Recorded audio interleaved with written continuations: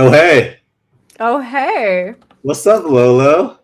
Not much. What's up with you? Not, a long time no see. I've been on the road for the last 2 weekends, and I'm kind of tired, to be honest, but I feel good to be home. I slept like Yeah, last night. that's like the one downside to cons is like the extreme exhaustion you feel at the end of it.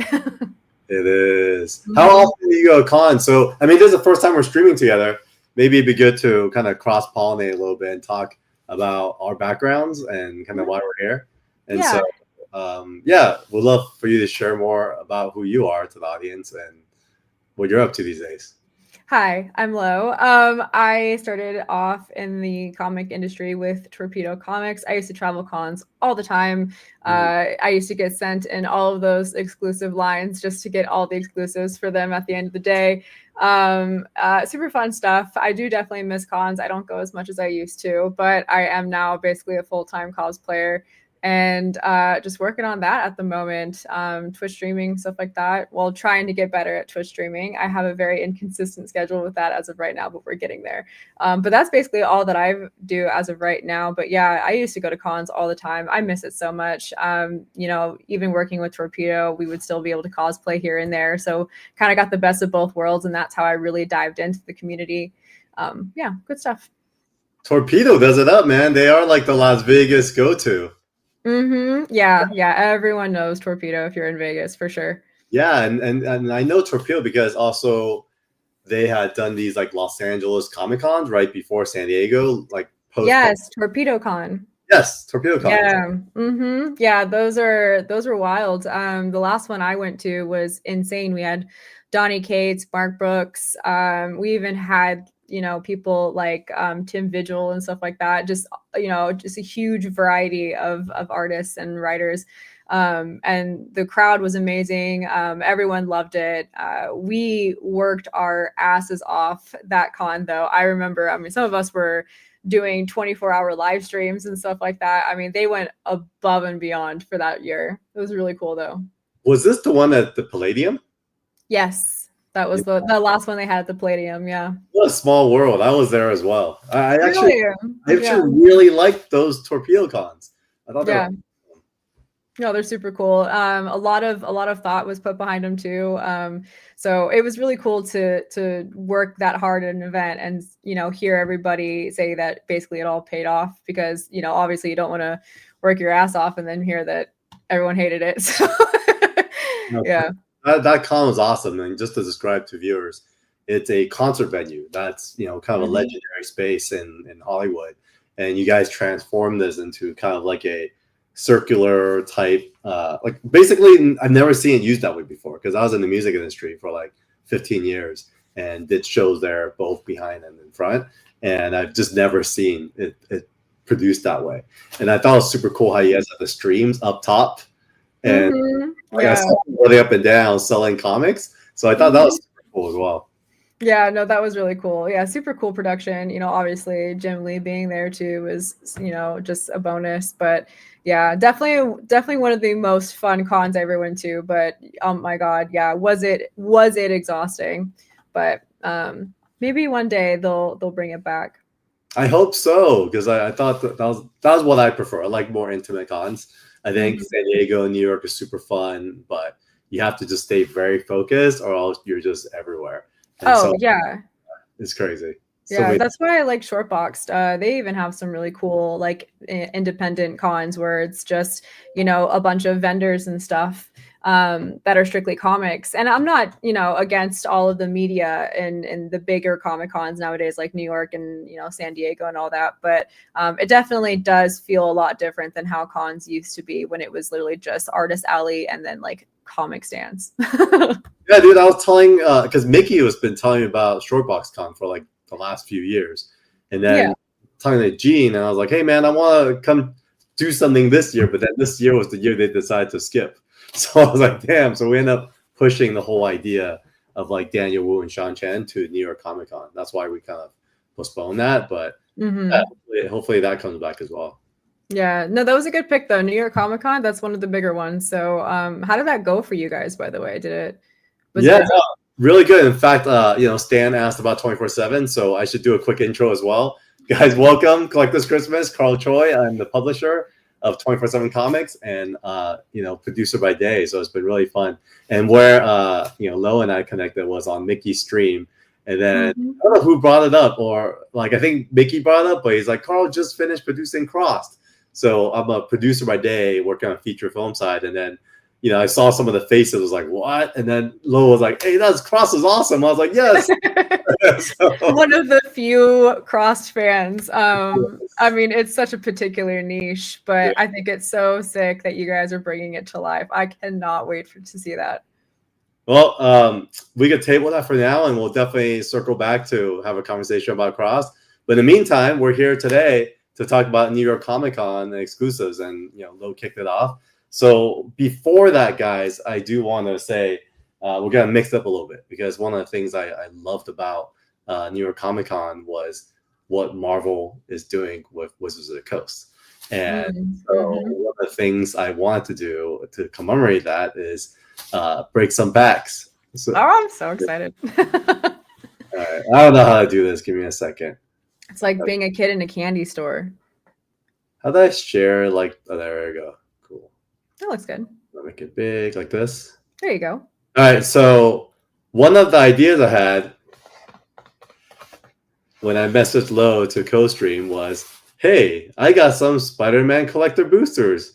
Maybe we should crack some on stream. So today we will talk about New York Comic Con. We'll recap it alongside Baltimore Comic Con this weekend. So we'll talk about the exclusives that we picked up, but we're also going to open some boxes. And so I thought it'd be fun if Lo actually helped pick the boxes that we're about to open. Okay. All right. I say the very top middle one. Top middle. So 1, 2, 3, 4. This one. Hell yeah. We'll do, I think we have time for maybe 2 today. What do you think? Okay. I think 2 sounds good. Yeah. Which one should we do for the second? Do the, like, if you were to go very bottom left, that one. Very bottom. Yeah, that one. Yeah. All right. So we got 2. Good.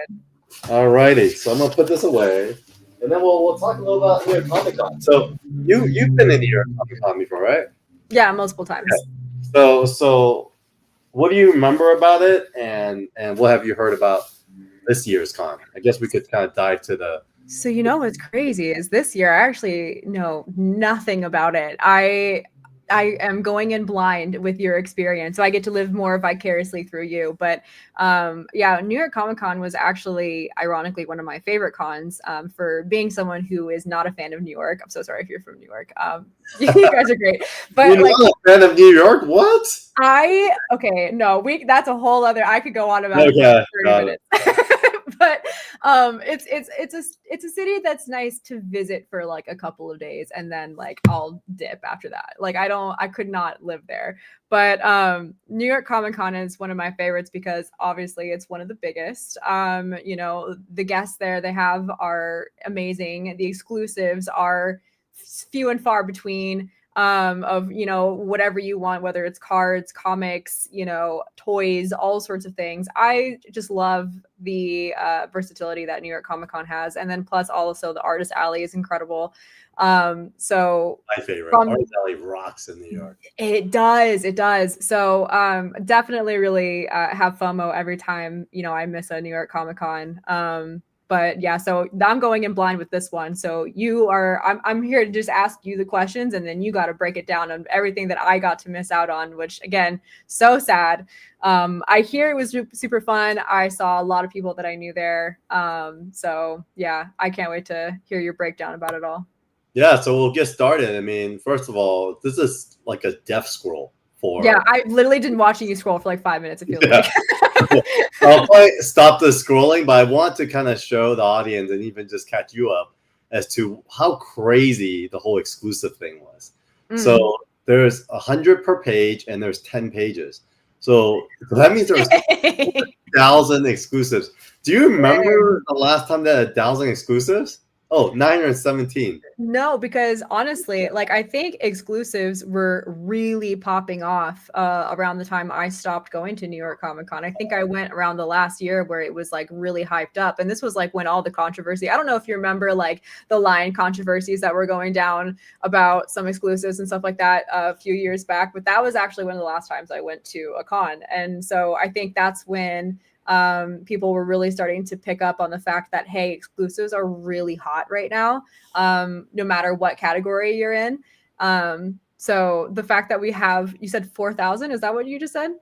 There was 1,000, 917 issues of exclusives. That is crazy. Yeah, I think it was maybe in like the few hundreds, maybe like, you know, when I was at a con last. So the fact that we're in thousands is diabolical almost. Insanity. Actually, how do you keep up with that? I don't know. I mean, it's funny because you mentioned how you had experience standing in line and like getting exclusives, and I think I actually learned a lot about that because this is my first time standing in line for exclusives. Yeah. And I only did it because every morning I had to go get ready for Daniel Wu and Sean Chen signing and all the exclusives we were selling. My friend Will, who used to work with us when I used to be a club promoter. And so he was one of our promoters, and now he's like a huge exclusives collector. So I'll see him at cons, but I don't ever really see him at cons because he's literally just going from line to line. And so I said, hey, look, this time is a little bit more flexible. I'm not really shopping around. I'm not doing too much. And so I'll only be at the VV booth at certain times. So, let me know if you need any help. And so he said, okay, cool. And he basically, I think he scrolled through the whole 1,000 exclusives, and he basically pinpointed certain ones that he wanted and basically asked me to stand in line for him. So that was like a first time. I'm a total newbie in this, and it was really interesting just to learn about the ecosystem and how that whole exclusive world works. Yeah, absolutely. How was standing in line? Were you in at hours at a time? How quick were they moving? So I was pretty lucky because I got there around 8:30 on the first day. And I think Trinity was the one that you wanted me to go visit. And so Trinity had like endless exclusives. They had a whole sheet, and in that sheet, you could kind of tell them what you want. But they had exclusives, broke it down to 2 days. So day one, it was these two. Should I show the other camera or is this camera? Is that a peach Momoko? What, I can't tell. It's a peach Momoko. Okay, cute. Yeah, cute. Yep. Let's see. Is this better? Much better. Okay, cool. So yes, it's a peach Momoko, and then I don't know. Do you know this artist? Do you recognize? I don't. I mean, I know Exquisite Corpses though. Yeah, Exquisite Corp. Oh, her name is Lache. That's a new one for me. I feel like. Zoe Lache. ZOE. LACCHEI. Does anyone know who Zoe is? And then we also got this Peach Momoko one. And I don't know how limited they are, but I just know that this was only available on Thursday. So I did this. That's probably pretty limited then, if it's only exclusive to a day. Correct. So I did this. Let's see. Does anyone know what this is? Okay, so black background. So Cosmic Seeds. The peach is the black background. Oh, the peach he got is the black. Yeah. Got it. Cool. Is that one is the black background more exclusive, limited? I don't know. Because then the next day I got in line again at Trinity and got these two. Oh, okay. Something is Killing the Children. Are you excited for the Swamp Thing and Something is Killing the Children? I am. I'm actually curious because it's been in development for a while. And the thing about Netflix, you just never know if it's gonna. Yeah, you're real. So it looks like this one is the trade dress free. Okay. And it's crazy when they take the trade dress off. All of a sudden, it's like went from $20 to like $60 a comic. I know, it's so funny how comics work. So even when you were picking up variants, it was similar. It was like trade Oh, dress. yeah. For I mean, we were looking for very specific ones. Like I would be given a list, kind of like how you were, and I would just be like, you have X amount of time, go get as many as you can. And I'm like, okay. So I just give it like the business card, and I had to like run around like a madman sometimes trying to claim these comics before they run out. So here's a couple things I learned. So speaking of standing in line, number one, exactly that. I think there was a lot of retailers that were basically in line because they have the retailer badge, and so I got to meet a ton of retailers. And so a few folks from different comic shops were saying how it was cool. This girl, I forget her name, but her father's Bill, who's a comic art collector, and she had inherited his comic book store. And I guess she had gone and got her MBA, and she didn't know what she wanted to do. And then her father was like, hey, why don't you just come work at the store? And then over the last 3 years, she inherited it. And now she's kind of running the whole store. And is that Earthworld by chance? What's her name again? I can't remember her name, but I do know somebody from Earthworld, which is in New York. It's I think it's based in Albany. I can't remember, but she's also running at the store from her father. I think he's the one who passed away. Oh, and, My Comic Mania. That's her. My Comic Mania. Okay, never mind. I was like, it would have been in a similar like area. So like, I just. Yeah, I guess so. I guess she's in Delaware. Her store is in Delaware. Delaware. Okay, so not the same person. Not the same person, but that was kind of interesting. So that's what they say. Always have daughters, don't have sons, because the daughters always come back and take care of you. There you go. Yeah. The sons are gone. And so it's cool that there's two stories like that, right? So you have a shop, you know your daughter got your back.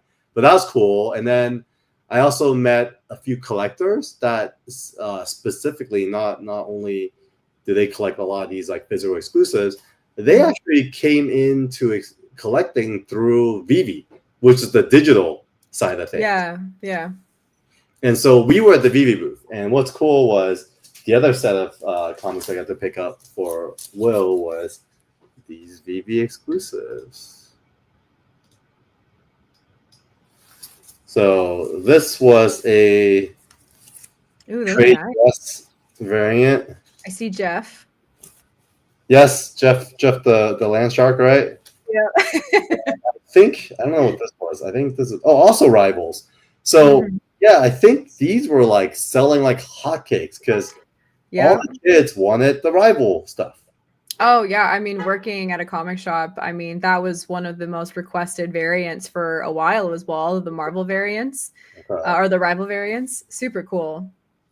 Okay, so let's talk about this as a topic because you're telling me you worked there during the Marvel Rivals hype. Yes. Good job. Okay. So did Marvel not totally drop the ball on that?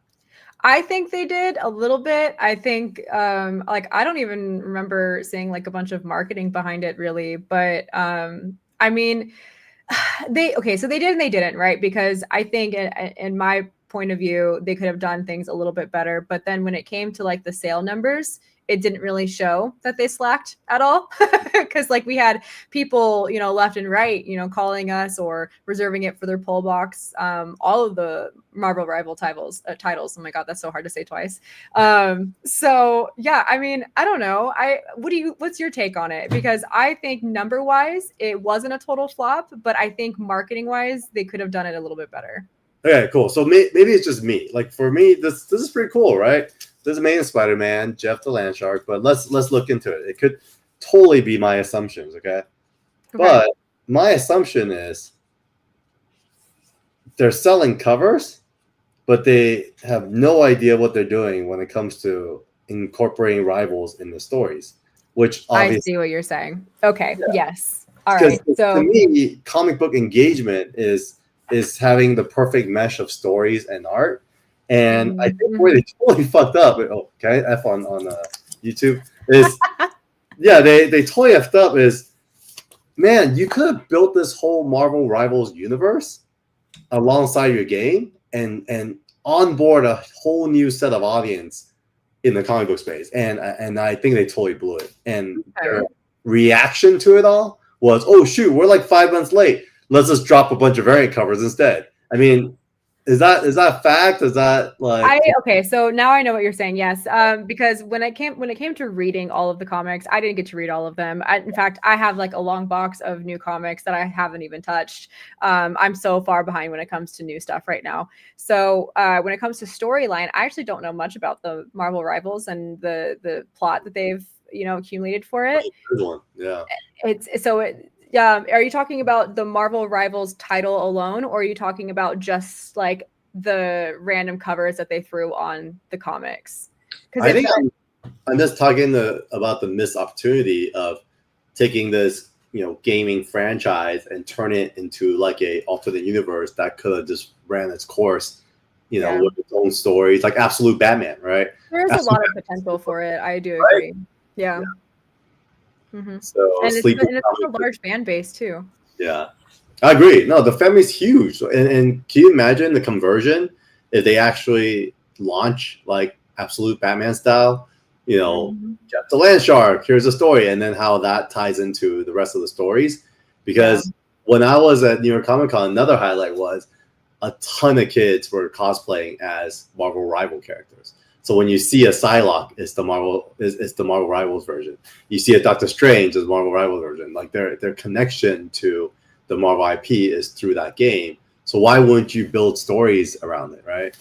Yeah, 100%. I think they solely relied on just the variant covers for that hype, and that's why I'm like the marketing was a bit weird in my personal opinion, because everybody loves a variant cover, but when you do have something that has such a good base for a good plot and story, you could go with that instead. I know they did do the Marvel Rivals comic, but again, haven't read it. I do know when it first released, people were all over it and were like, yes, but I did notice that the numbers for the comic itself was dying down, but the variant still stayed selling strong. So I guess that kind of says everything we need to know. Yeah, and this says a lot. I'm not a gamer, but what is Apex Legends? Apex Legends, is that a that's not League of Legends, is it? No, it's not League of Legends. Yeah. I have no idea. I haven't heard of it before. Apex Legends. What? I was like, why am I drawing a blank on that? It's a Dark Horse thing. After 4 issues, it felt like a cash grab. Dark Horse could have made a fantastic comic story, but I don't know. I know that the name is familiar. Apex Legends. I do know that. Or was that? It's not a. Oh God, is it another type of game like Marvel Rivals and Overwatch? Yeah, seems like it. Seems like a whole era. I guess everyone stopped playing Marvel Rivals. Oh my God, how sad. I thought it was killing it for a while. What? Did they? I don't know. Didn't notice. Are you playing it? No, I played way too much Overwatch, and someone tried to get me into the oh God, there was another one very similar to it that was also popping off, but after all of those online competitive games, I spent way too many years in League of Legends, way too many hours. It's almost embarrassing. I got to Diamond and raged quit like a month after I got into Platinum because I lost it immediately because people are just extreme feeders and the community was so toxic. So I was like, never again am I getting into a live or an online based video game. I'm a solo player through and through. Give me Tomb Raider, Assassin's Creed, all that stuff. I'm totally down with that. Resident Evil is my favorite franchise of all time. So I'm a solo player. Wait, so on your channel, you stream basically some of these classic games. I haven't played actually. Well, Resident Evil I played more of, but as of right now, I kind of just do a lot of indie horror games just to kind of test them out. Some of them are really bad and some of them are kind of fun. So it's kind of like a little Russian roulette of how the stream's going to go. But yeah, I mean, I'll play anything, honestly, as long as it's horror, because that's kind of my main focus, or anything action adventure. Okay, interesting. Yeah. Mm-hmm. It's funny, like the director of Weapons. Yes. He's currently directing Resident Evil. I know, and I'm actually really excited about it. But then, okay. So Resident Evil is one of those things where it's got such a good base story. All the lore is right there. You don't need to change anything about it. And when I heard that he's changing it and it's going to be a new story, I'm like, listen, you make me want to break my keyboard, you guys, because like it's such a good story. You don't need to change anything. But I loved his work for Weapons. I have seen his work for other things. I'm going to just go in on blind faith. I'm just going to throw all my expectations out the door and we'll see how this goes. But yeah, I'm eager either way. He has a good track record so far, and I think Exactly. people believe in him, and he has also built a bit of a reputation of bringing new angles that's fresh, and I think that's important. So Yes. So from gaming, we at the VV booth, I also picked up our 2 exclusives for Whale, which is our I know that comic. Yay! So we got Lo was part of the launch stream as well when we launched these 2. In fact, today we went way past. We went from like 14K to 16K on our Kickstarter, and that's incredible. Yeah, congratulations. Oh, thank you. No, we're. I feel like you always feel like you could do better, but given the climate of things, absolutely. I'm not sure if you know about the news, but Kickstarter's been on strike since October 2nd. Yeah. So that's a big thing, and so given the situation, I think we did pretty well. So we had 200 copies of these at the booth. And for the most part, I think we're sold out. And so we had about maybe 15 copies I brought to Baltimore this weekend. And it was crazy because watching, Sean and Daniel sign away, they did about, 500 copies of these books. And then they also signed another 500 exclusive prints for fans. So between the 2 of them, they did 1,000 signatures in one. Crazy. Yeah, that's crazy. I saw all the cosplay at your guys' booth too. That was pretty cool. No, it was really crazy because one thing we noticed was the cosplayers. Obviously Daniel has a lot of Chinese fans, and a lot of the gaming cosplayers of like League of Legends are like so built out. It's crazy, but they don't even speak English. We were like, man, they like played the same game as us, but on the other side of the world, and we were like pretty surprised by it all. That's cool though. I like the diversity. Yeah. So with that said, there is more New York Comic Con, exclusives to share. But why don't we open the pack? This is what I'm most excited for. I love unboxing videos. Left or right? Left or right? Let's do right. Okay. All right. So right is there. Okay. So last time I did an unboxing, Crossing fingers for that soul stone. Yes, I need that soul stone in my life.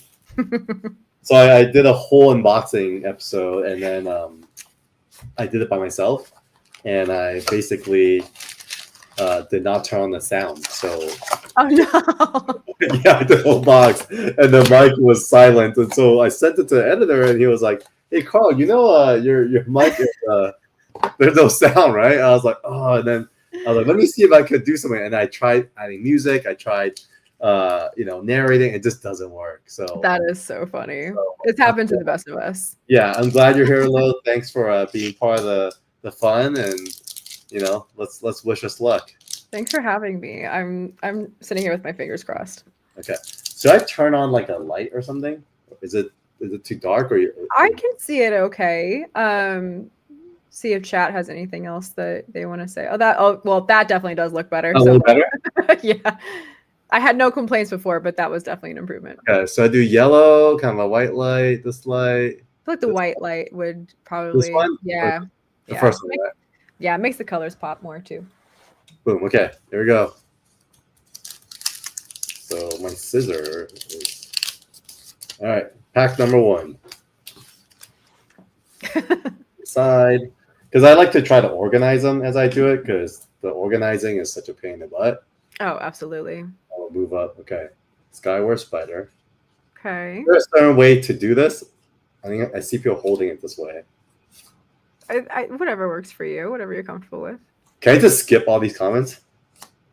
Yeah, you want to just get to the very end. Yeah, See what you got. Get to the okay. We've all been there.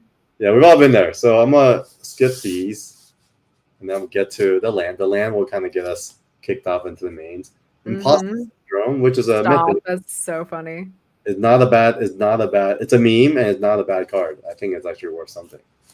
Okay. Sandman is also worth something. This is actually a great card, but I prefer foil. So yes, we all want the foil. I know, I'm spoiled. I'm a total foil jump. I don't have this card yet, so it's kind of cool to add to my collection. Oh, what the hell, Leyline? Nice. These what do you call it? Kind of using comic art Mm-hmm.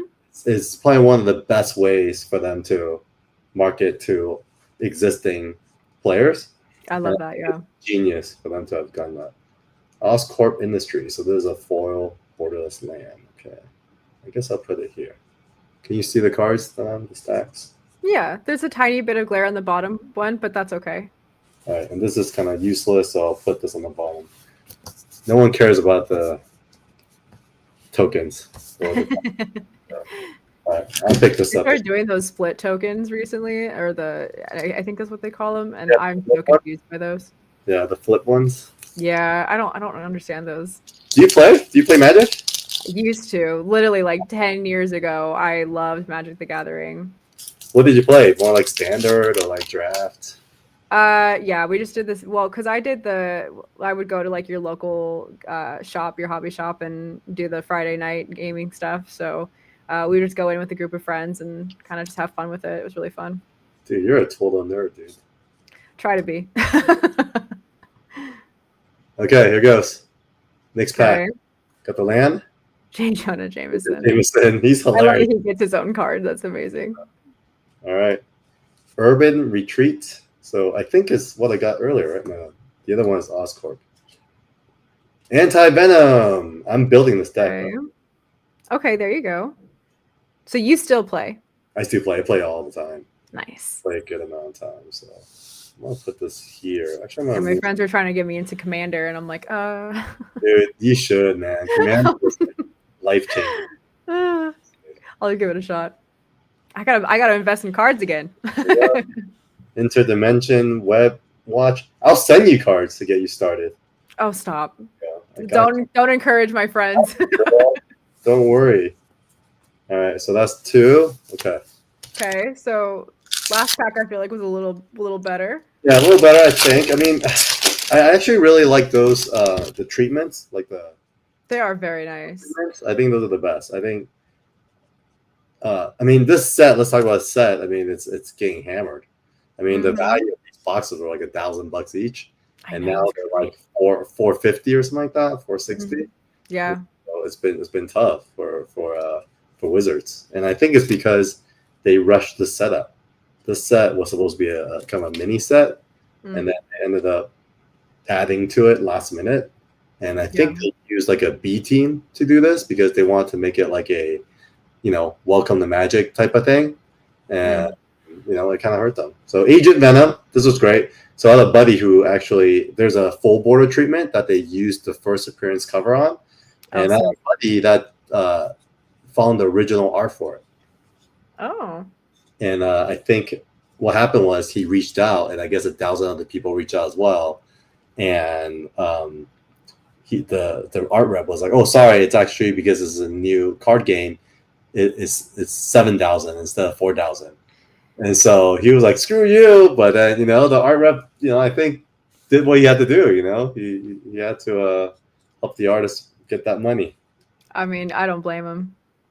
Yeah. So Electro, this is actually one of the best cards in the game. People love Electro. Really? Okay. Parker Luck. Okay. Oof, nice full art. Impersonator. This is also a popular card, but not foil. Peter Parker's cameras. Okay, so people got mad about this because Magic is about escapism and basically fantasy, right? Yeah. And Lord of the Rings makes sense. Final Fantasy makes sense, but people really was against this whole like New York thing. So I think Wizard kind of got hit for that as well. So because it was more of a realistic, correct. But it's Spider-Man. There's nothing really realistic about that. I know, exactly. It's like an alternate New York, It's a guy who shoots webs out of his, like. What? People are too sensitive, I think. I think so too. About stuff like that. I mean, brother. Chill and have some fun, guys. I know, right? Should I move this light? The light is kind of. Okay. It's a little glary, but it's okay. I just moved. Yeah, that's fine. With the stuff in your hand, it's totally fine. Okay, cool. Strength of Will. I love this art piece. This is a piece by Ryan Pankos. Mm-hmm. So behind me, I have the Captain America. Oh, nice. Ryan Pankos. Okay. Oh, that's an interesting, like the panel take on it. Yes, so these are called sagas. Okay, since you already know how to play, I don't have to explain to you, but what's cool is sagas is an enchantment class that they introduced. Mm. And basically what it is 3 cards in one. So each of your turns, it activates each of these kind of saga elements. And after the third activation, you have to sacrifice it. But starting this year, they changed the rules so that after number 3 happens, it's looped back to number 1. So these sagas are just way more powerful and greater utility cards as well. Yeah, that seems a little overpowered depending on what the card is. Yeah, no, it is. Some of them are kind of crazy, especially. But I thought that was a good use of panels, right? They made it kind That of. is really cool. Yeah, I mean, like it's supposed to be like each thing is a separate activation, right? So, yeah, the fact that it's in panels, I don't know, that's pretty unique. I like that. So Green Goblin's also a popular card here, and what's popular about this is not only the card itself, but this is also one of the Dan Dos Santos 6-card art. So you made a painting, and the painting covers 6 cards. So it's really cool how you did this. And that's a black and red deck, right? That was my last deck that I built, was a black and red deck. Yes, black and red. I have one too. I have a black, red, and white, which is a Mardu deck, which is Negan. Oh, there you go. That makes sense why he would be a black and red deck. It's so funny. Everyone hates Negan, but I love Negan. He's so Negan's awesome. great. I hated him at first, but then he really grew on me. And Dude, they he's did yes. they did Did he step the around? new they did the new side series with him and God, why can I not Maggie. remember her name? Maggie, thank you. That one was really good. I really liked that one. I haven't seen that yet. I got to catch up. It's good. You should. All right. So Oh, here's Green that's Goblin. a classic. Nice, classic. So these are awesome. Wind of Change is a great card. So it's basically a cheaper Wheel of Fortune. Yeah. Okay. Oh, there's a foil version. That one again, but yeah, foil. Yeah. It happens a lot. I don't know. It's just the way they print the cards and how they do the machines. But often, if you get like a foil something, you'll get the non-foil version in a similar box. So that's why a friend of mine got 2 soul stones in one box, which is crazy. Which is crazy to me. Like the fact that he got the more expensive one too. Oh, I'm the same. Stop. So here's well, let's hope for your beginner's luck that we I know as well. All right, with great powers. Oh, so funny. I was just talking to what's his name? I was chatting with this art collector, Alonzo _ collectibles. He actually does the original art for this piece. Oh, nice. Yeah, he was showing. So you're just pulling all the original art stuff that you are owning or wanting to own. Dude, I love original art. Original art's my jam. That's my thing. I feel like it's getting a lot of chatter lately. We could talk about it later, but that's another kind of New York or Baltimore Comic-Con thing. So Iron Spider. Okay. Oh, pumpkin bombs. So this is one of the 6 that was that's part of this. Oh, I love that cover. I've always loved that Spider-Man rain cover. Look, we just connected the 2 of the 6. Oh, I see. Oh, yeah, it's connecting. Okay, cool. Oh. Dude, I love this cover. Good. So sick. Yeah. We had Mike Zeck and John Beatty signing not that long ago. They're so great. I love that team. Man, who the hell owns the original for this one? That's a great question. I would love to. Yeah, seriously. Just got to put it out there. Yeah. Some way. We got to get that in your hands. I'll wish it on your end. I'm too broke for original art right now. It'll come. I'm broke because of original art. There you go. Shadow of the Goblin. Not much. This is kind of but this is cool. This dope. The last card didn't do much. And maybe we could assemble this 6-card thing. All right, guys. Let's keep it going. Well, we got 49 viewers. People like to see pack cracks right here. I don't blame them. It's like crack to me. Yeah. Oh, interesting. It's interesting that's a borderless uncommon. That's cool. There we go. That's our first borderless uncommon. Who's the artist on this?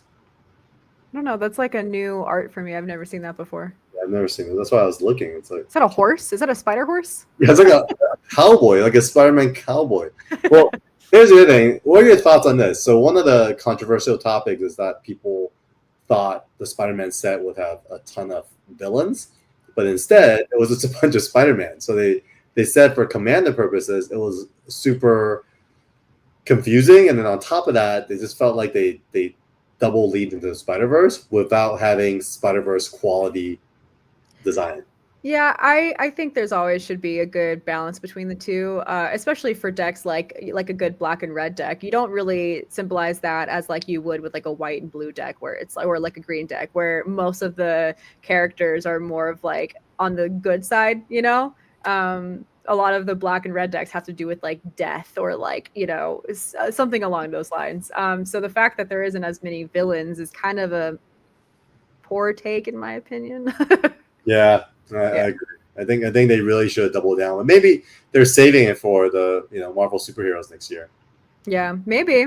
Crossing our fingers. Yeah, crossing fingers. So we have a question.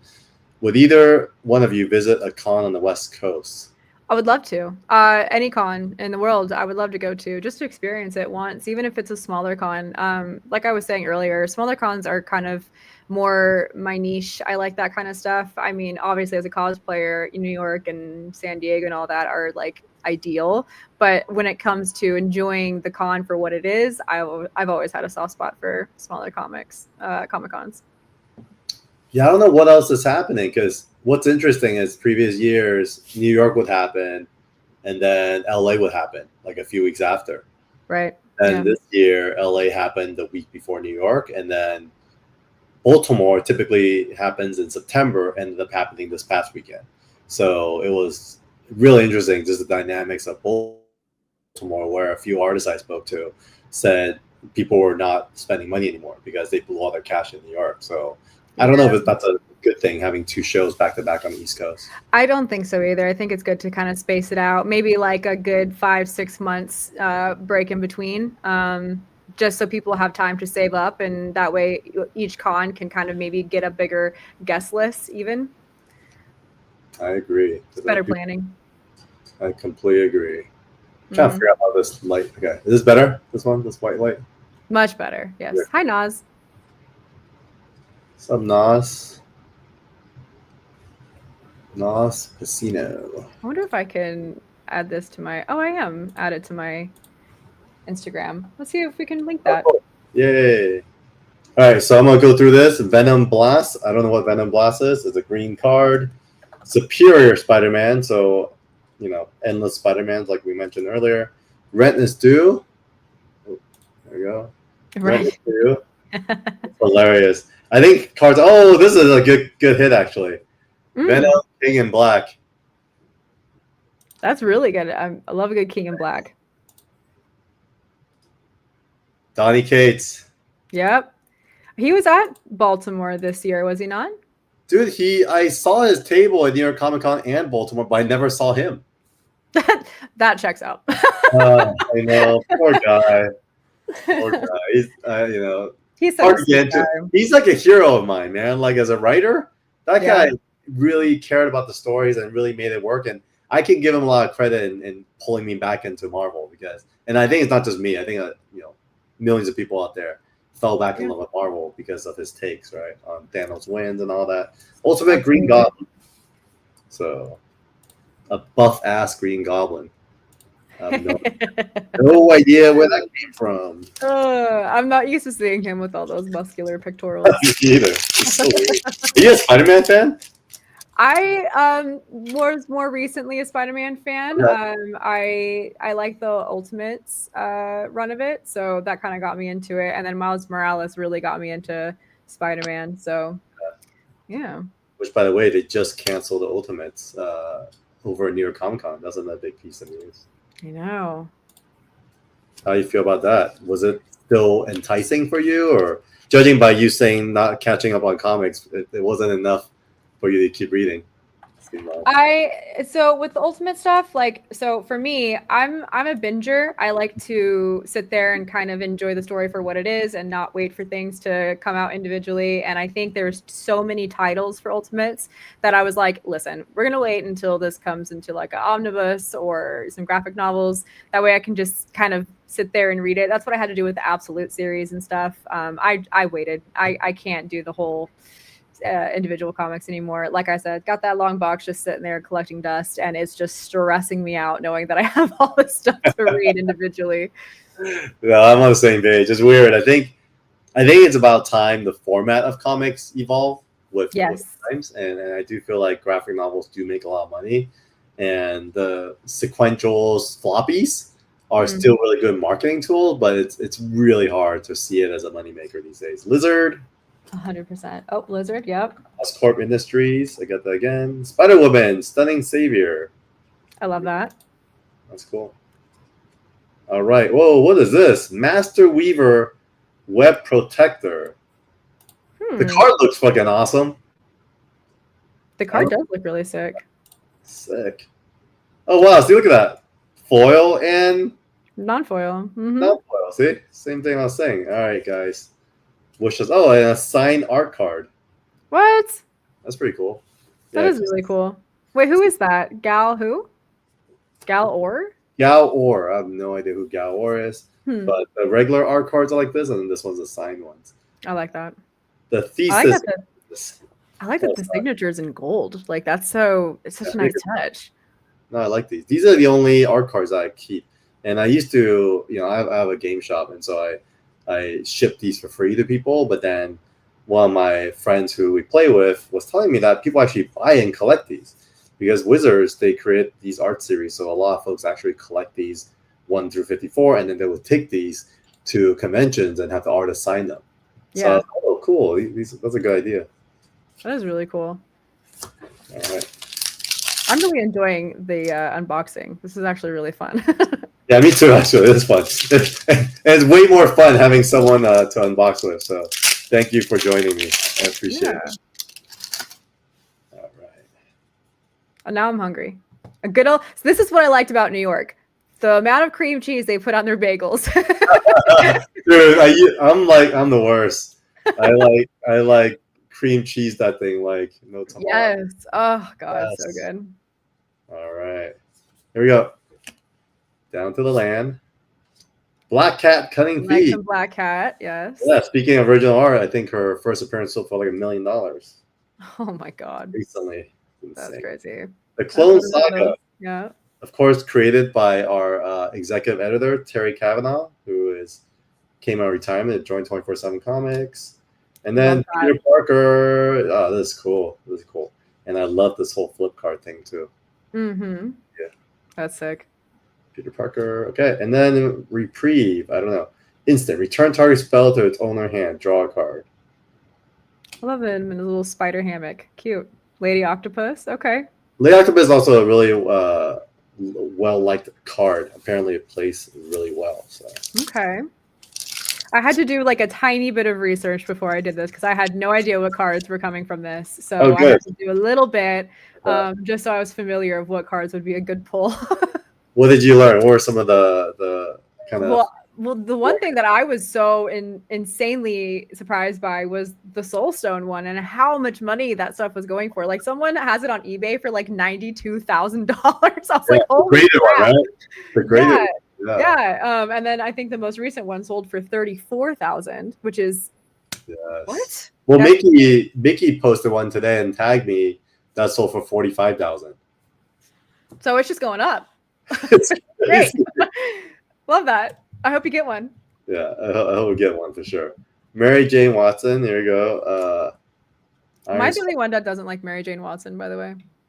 You know, I don't know enough. And it's funny, I asked you earlier if you're a fan of Spider-Man, because I'm not. I've never been until the Spider-Verse movies. And so it's funny because as much as, I'm opening this really because of the Marvel thing. Why it attracted me was because of the movie itself, because I kind of like how they did all that. So, True. and I'll tell you why. It's not because I hate Spider-Man or whatever, but it's because when I was introduced to the comics when I came to America, I didn't know the English. I didn't know English. I didn't know the culture or whatever. And my cousin brought over a stack of comics. And for one reason or another, we did a draft pick as to how we're gonna collect. And so we got to pick titles that we would exclusively collect, and the other one can't touch them. So he picked Spider-Man first hop. I picked Wolverine, and then he picked Hulk, and I picked X-Men. So it's hilarious, and so on and on. So there are literally titles that I'm just like completely unaware of because my cousin collected all those, and then he has no love for X-Men or Wolverine and all that. But that's why I have no exposure to Spider-Man, and I just never got to like it. Here's another interesting take on someone's journey into collecting. I've never heard that before. We just pulled a little card to see who got to collect who. I love that. Death of Gwen Stacy. There you go. Another really good cover. It's a foil one too. Woo! That's a Todd McFarlane, right? Is that Todd McFarlane or is that Eric Larson and Randy Emerlin? That's who it was. Yes, Eric Larson. Definitely Eric Larson being Todd McFarlane. Yeah, because I always got them kind of mixed up every once in a while, but no, I do remember because we had a signed thing for that cover. It is Eric Larson. Yes. Oh, Larson's awesome. Imposter Syndrome. This is one of my favorite cards, just because the meme itself. It's hilarious. I mean, come on, yeah, you can't love that card. All right, guys, we got 3 more packs to go. They say these packs are like a hit or miss, so we'll either get a soul stone or we're gonna. I learned the hard way with Pokemon. Pokemon's the same way. Oh my god, do you crack Pokemon packs too? Oh god, no. I had to step away from a lot of the collecting. I actually just sold some comics too and everything. I sold my Akira 38 recently, which breaks my heart. But, did you? Wait, so you're a manga girl too? Yes, I love manga. Sick. So here we go. Island. The spot. Okay. Here we go. Why did I sell it? Oh, it's just sitting there collecting dust. I'm trying so hard to. Oh, hi Kenneth. I'm trying really hard to kind of clear some space. And comics, unfortunately, are taking up a bunch of it. CGCs being the main thing, so I'm selling my CGCs.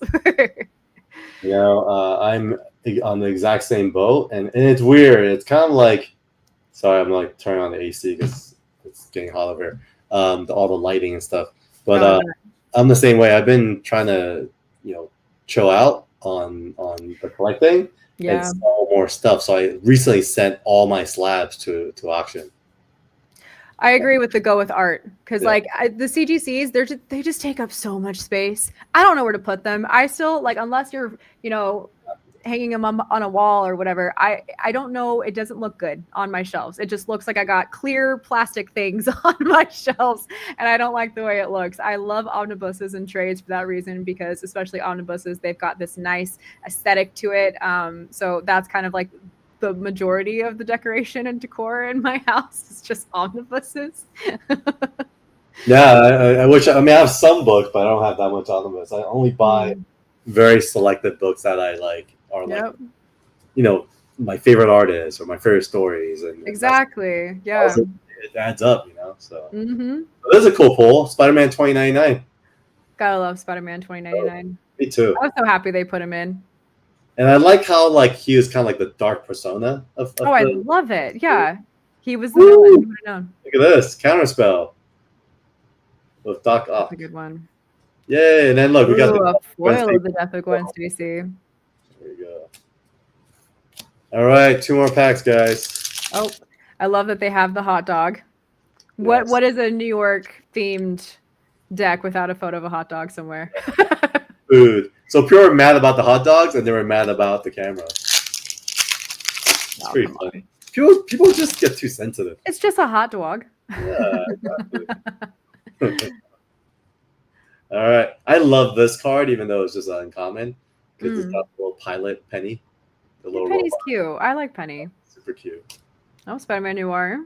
Are we supposed to be getting a live action with this? We are. They're already done shooting. With Nicolas Cage. Oh, okay, cool. I'm really excited. In fact, tomorrow, Wednesday, we're gonna go to this. Do you ever go like immersive theater? I've been twice Okay, which one? for the immersive theater. Yeah, Oh God, I don't even remember. It was so long ago. Omega Mart in Yes. Vegas. Oh, Was that's the that one. Yeah, really? Omega Mart, where you go through like the really Yeah. weird Yeah. grocery store at the beginning. Yeah, I liked it. I think Like it's I wish okay. I had a little bit of something to, make it a little bit more exciting. Too. It's like I think they this. I mean, there are a bunch of burners that put that together, so I think it's designed for psychedelics and whatnot. Yeah, But most problem definitely. was, I remember one of my you know longtime girlfriends, and she brought her kid, and within 10 minutes, her kids started screaming and crying. And said, "I'm scared. I want to get out of here." So I was like, "Oh It man, wasn't even scary. It was so cool. I mean, okay, yeah, yeah, you definitely have to be on drugs to fully enjoy yeah, stuff I like think so too." that. But I mean, there was I remember going down a slide. Like there was Oh a slide that you could go down. yes, There was that room with like where it was like all white and it had like the weird like lights that traveled through it. I don't know. I thought that was really cool. I yeah. liked it. Ian's kids loved it there. Well, there you go. Your There we kids go. seem pretty cool. And then is there a Spider-Man India car? I think there is. I Ooh. think there is a That's a Spider-Man. good question. I love how Spider-Man India is actually like picking up a bit. Like when it first came out, I feel like it didn't get any love, and now people are asking me about it, and I'm like, where's this like newfound love for Spider-Man India coming from? Because it's actually such a good story. I loved it. Well, I'm supposed to go to India in the beginning of December for the first time. Ooh, have fun. So the swamp here. All right, Spider Woman, stunning savior. Does anyone know anything about Spider Woman? I just don't really hear much about. She had some good hype in the very beginning, but then she kind of died down pretty quickly. I personally haven't read any of her stuff, but I don't know. I mean, she seems like a okay character. Seems okay. I think it gets overshadowed now that they can make unlimited Spider-Mans, right? So Yeah, once the multiverse kind of leaked out, she kind of got put behind a little bit. Some more Sandman. Sandman, boom. Oh, Gwen. Oh, I like that Spider Gwen though. Hey, do you like Spider Gwen? I do like Spider Gwen. I actually cosplayed her a long time ago. Spider Yeah, Gwen. Nice. And a foil, Peter Parker. there you go. Voila. All right. So, I mean, last pack, or I think this is it's a bust for sure. It is a bit of a bust. I mean, cool cards. Don't get me wrong, but not the Soul Stone. You know what though? I actually am one of the believers that these cards will catch up over time. I think when Marvel superheroes launch, you're gonna get a whole contingency of people who are just learning about Marvel Right. Magic the Gathering, and then they're gonna be holy crap, there are like mechanics from Spider-Man set that I need to play holistically. Crap, I better go buy some Spider-Man, and then all these cards are gonna be worth money. I can see that, yeah. And plus, it's kind of cool. Oh, Peter Porker. Peter Yep, gotta love Peter Porker. I think it's kind of cool though that they're doing these kind of collabs because it brings more people into Magic the Gathering too that typically probably wouldn't even think twice about it. I agree. I think they have a whole Sony PlayStation collab coming up pretty soon. Oh, sick. Okay, cool. I like that. I like PlayStation. Big PlayStation fan. Multiverse. Passage. Okay. Hydro Man. That's not a name I hear very often. So this card is like unkillable. So apparently it's Really? yeah. Well, I mean, it's water, so I guess you can't really take water out, so that makes sense. I got you. I don't know. Oh. I don't know much about Hydro Man. Silk guard. Silk. So there's a show on Amazon that's supposed to be coming out too for Silk. So That'd be she's cool. a Korean female Spider-Man, I guess. I do like Silk, yeah. Oh, cool. Silk again. A foil version. Alrighty, folks. So that's pack number 1. What do you think? I think, how do we do? I think pack number 2 has to be better. It's got to be better. You never know, right? It's interesting. I think this pack is better than the other 2 packs that I opened. I'll say that. Okay, so we're going up. It's Yes. only up from here. We're moving up. I think it's a step by step. So should we talk a little bit more about New York? Yeah, absolutely. All right. I'll add this back to stage. Can you tell I don't know what I'm doing? Okay. So the other line that I got to stand in was the boom line. Okay. Yes. Ooh, Hello, darkness. Yeah. Who is this?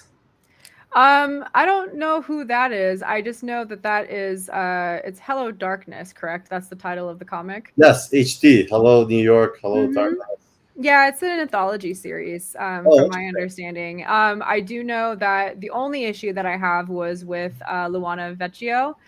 She did the cover, and then she also had a story in it that was pretty sick. But I think anthology series are pretty fun. I've always liked stuff like the old school horror anthology comics and whatnot. So you say there's like multiple stories in this? Yes. So multiple stories, multiple artists. Each story is a different artist. It's cool. I like that. Little short stories. Looks dark. They're all based off of horror. Which is definitely something that seems up your alley since you like Crossed and stuff. I love this stuff. Yeah. So you would probably really like Hello Darkness. Oh, interesting. I'll check it out. And it's Boom, right? So yes, Boom Studios. Yeah. Boom Studios. There we go. Oh, something's killing children. More Peach Momoko, I see. Peach again? Oh, yeah. You know, is it just me? But I really love Peach's old style. She was so dark. I liked her old style better. Not that her new stuff isn't bad, but anything with like a more darker twist to it. She's definitely leaning more towards, I think once she started doing stuff for Marvel, I've noticed that her stuff became a little bit more safe. Yeah. But still pretty good. Is that Jenny Frison? I don't know. Is it? I don't know. It looks like her. Jenny Frison. Sorry, Will. I'm opening all your books. So it's a Berserker, and then the Jenny Frison. I see it right there. John Jing and Jenny Frison. Dude, I'm so glad you're on this stream because I literally went to pick these up with no idea what the heck I'm looking at. Jenny Frison. I mean, she's a good old classic artist. She's been around for a while now. Good stuff though. I think her first is that the same one? One of her first covers was Voltron. I can't remember. Is she digital or traditional? Buy-in. I think she's traditional. Oh, I think she's traditional, or it could be a healthy mix of both. I don't know. I don't know if she does the colors or stuff like that. So, not quite sure what the mix is, but nice book. All right, and then the fourth one is I don't know what this is, but it's kind of cool too. Shubina. Shubina did 2 of those covers, so I guess she's somebody. That's not. Oh no, this is a new story. Never mind. Heretic. I thought this was gonna be God, was it called like Angela or something like that? Not Angela. Oh gosh, it's an older comic. I think that was a different publisher though. So when you're at your store, how well did Boom sell compared to like the Marvel and DC? Boom was okay. When it comes to Boom and Dark Horse, unfortunately, they were kind of more of a smaller audience. Yeah. I think you kind of had to have already been established. You know, a lot of Valiant readers were actually surprisingly also fans of Boom and Dark Horse and stuff like that. But the one indie title or publisher that got a lot of traction was Image. That they were like they're still the top dogs. Yeah. I think Image has, wasn't just a flash in the pan, but they got so much momentum and their business model is so unique. And then having creators as your heads really helps bring in other creators. But I personally am a super Valiant fan. I love Valiant, like the 90s, the old 90s stuff. Wait, you love Valiant too? Yeah, Valiant of course I did. Valiant was great. I thought that was like more of like the fun side of comics. I know people take a big, massive dump on 90s comics, especially the foil covers and stuff. Dude. But like, I loved it. I thought it was so fun. We have to have you come on our Valiant TLDR show. We actually have another show. Really? Southern Comic Geek and Stingray, and we just talk about Valiant comics from the very beginning till now. So we've been going through all the different 90s titles, and then we're going to move to the VEI, which is like the next era after that, and there's a third era. So there's like 3 eras of Valiant, and they call the first one like VH1, I believe. Yeah, that would be fun. Yeah, I'd love to join that. What's your favorite title in old school Valiant? God, Eternal, maybe. I don't know. We're about to get into Eternal Warrior, actually. Oh yeah, I was gonna say. We're Hold on. doing. I gotta like look up all of the titles now. Comics. Let's Yeah, I'm see. definitely Eternal Warrior and Archer and Armstrong even before that. Ooh, yeah. Sure. Let's see. Are they coming out? Bloodshot's coming back now. I heard. Yes, they had. Rob Liefeld did a whole announcement for that. Yes. We're actually going to go over the Bloodshot. Not actually Exo-Man Award. They're launching a thing, and then Bloodshot's returning, Shadow Man's returning, and then Harbinger is returning. I want Rye to come back. That was another one that I liked. Dude, Ryan's awesome. You know that was Sean's Hmm. big claim to fame is Ryan the Future Force sold 900,000 copies. That's crazy. That's awesome, though. I love that. Is that more Peach Momoko? Is she just like doing all of the covers? Like, what is happening? I think so. And like, it. it's really funny because like Mickey and I was talking about this cover specifically, and we were thinking, it's the Avengers, is the CGC exclusive. Why the heck do you have Kang on cover? And then our thinking was they must have done this a long time ago. Yeah. Kang was gonna be, something. But I mean, I was talking to David Nakayama, and he was also saying like, he'll do covers months in advance. Like he's like, some of these I don't even remember doing because I've been doing so many, and you have to do it like months, almost a year in advance. And then because you keep getting so many projects, and Peach Momoko you see everywhere. So she's probably, again, this is probably something from months to possibly a year ago, and we have no idea. Yeah, so I'm guessing they had to get in line, and she did this. But can I tell you a story about this? Yeah, absolutely. So my friend wanted me to help him get additional signature for his Back to the Future #1 comic. He pretty much got everybody. He got, he got Doc, he got Marty, he got everyone to sign it except J. Scott Campbell. And he had already graded it as a CGC signature series. And so what he did was pay for a in-house signature, and then I was supposed to go and drop it off with the QR code that he gave me. So for some reason, when I got there, the line was super long, and they said, "Oh yeah, it doesn't matter if you have, express drop off or if you're just saying something grading, it's the same line." And number one, I'm like, that's so dumb. Like, why would you put both of them in the same line? And then I kept looking over a PSA, and I'm like, man, PSA has all these different stations, so it's super welcoming. Anyone can just come up and drop stuff off, right? Yeah. And then it kind of reminded me of, Apple versus Microsoft. Oh, yeah. Good way. But anyways, I stood in line for like over an hour. Okay. Oh gosh. And I went, I got to the front of the line, and I basically said, all right, my friend gave me this QR code to sign it. He just wants J. Scott Campbell. And so they said, okay, cool. If you want J. Scott Campbell, you have to sign this waiver so you could, we could crack it for you, and then you'll get the signature and come back. I was like, what are you talking about coming back? And so, oh yeah, he's signing over there. You have to go wait in line over there. I was like, no. Signature. I shouldn't need to do that. He's like, oh, don't worry about it. I'll be back. And he basically gave me a form. I signed it. I had no idea what the hell I'm doing, right? And then he just disappears. And so I just start walking away. And I text my friend, like, oh yeah, so I got this little sheet. And it's literally just like some Chinese takeout receipt with like his name on it and a number. And then my friend was like, he calls me around. He's like, Carl, he's like, did you get the Peach Momoko exclusive? I was like, no, was I supposed to? He's like, yeah, like I'm doing this grading because they're giving out this exclusive. And then number two is like, did they give you anything else for a receipt? I was like, no. I was like, they just gave me this little receipt thing. And he's like, dude, they're supposed to give me like a whole like receipt for shipping and everything. I was like, I had no idea. And so I had already left. So I was like 5 minutes away from the booth. I ran errands and whatever. I came back an hour later, and I went back to the booth and I said, hey guys, like I think there's something wrong here because my friend dropped us off, and this guy, Mike, whatever his name was, took the book, and I assumed that he took it for cracking.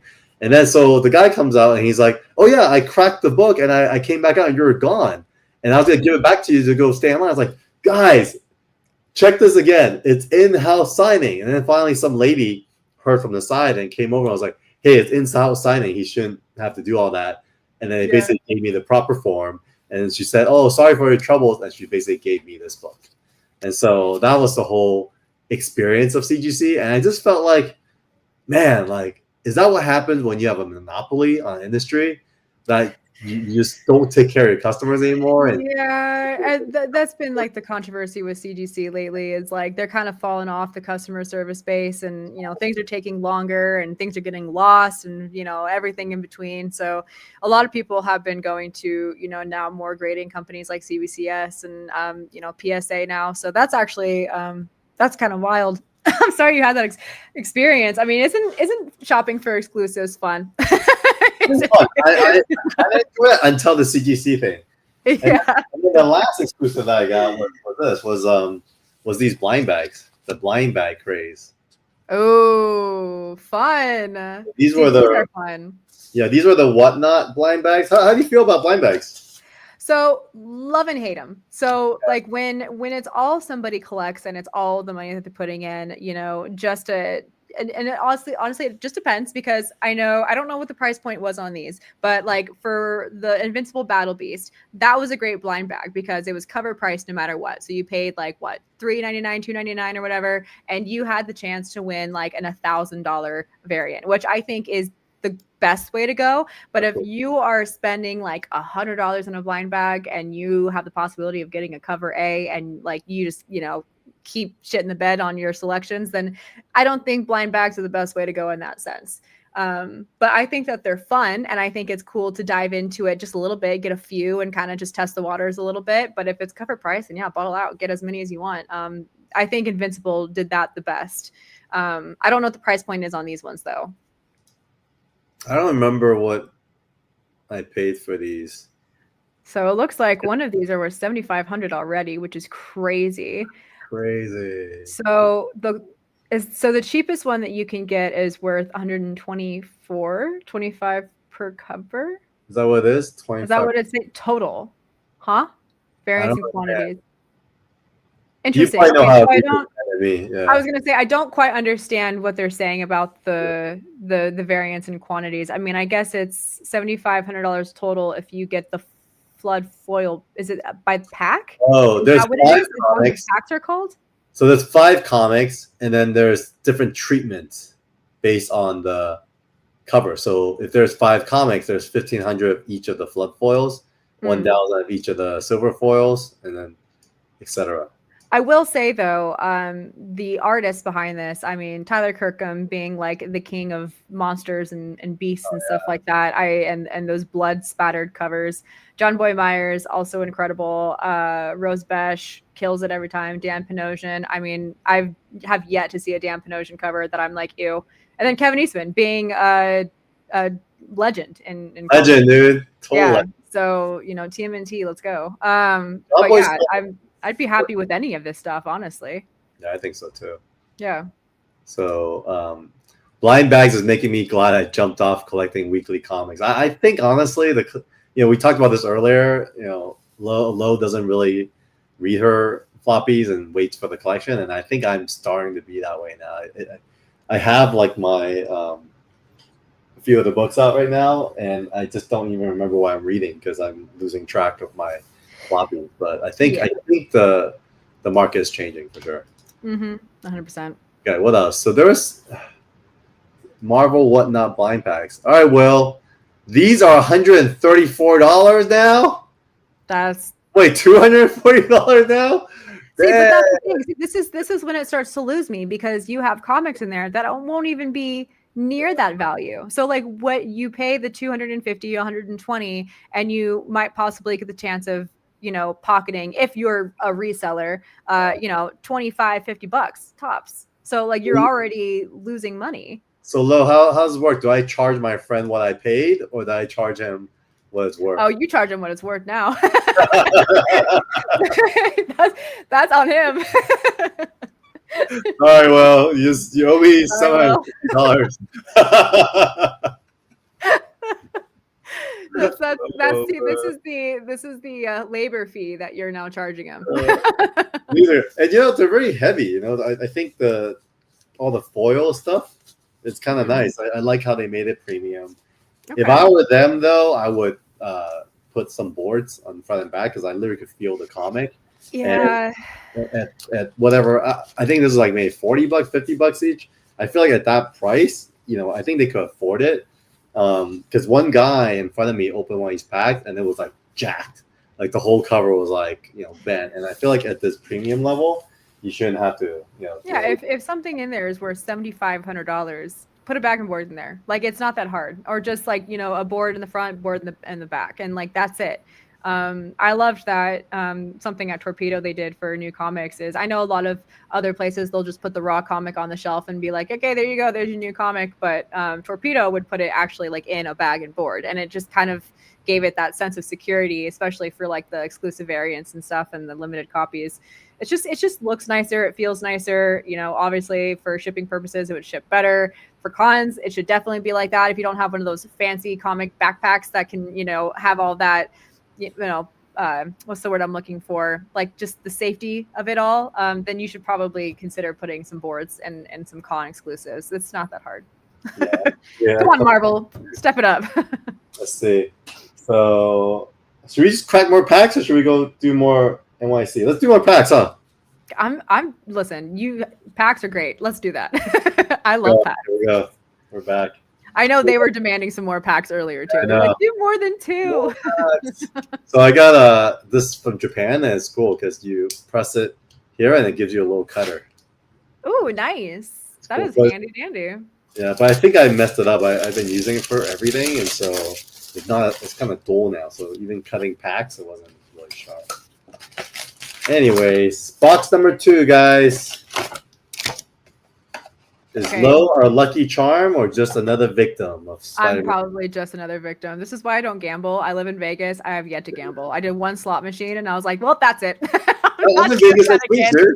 I'm actually leaving Vegas on Thursday this week. Oh, well, what are you doing here? Are you going to do something fun or event? We have an announcement for our stuff that I can't talk much about, but we are going to Ape Fest. Okay. Which is the the NFT 48 Yacht Club. Yes. So it's their yearly gathering called Ape Fest, and it's Friday night over at Area 51. Oh, cool! I actually really like that. Yeah, that's got Omega Mart and everything in it. Yeah, everything's there. So I don't know what's gonna look like, but I'll be there. And then I think the next day is Complex Con, so I'm still deciding if I'm gonna stay for that or not. So I'll probably play by ear. I'll come out like around Thursday, and yeah, go from there. All right, Forrest. Redness due. This is hilarious.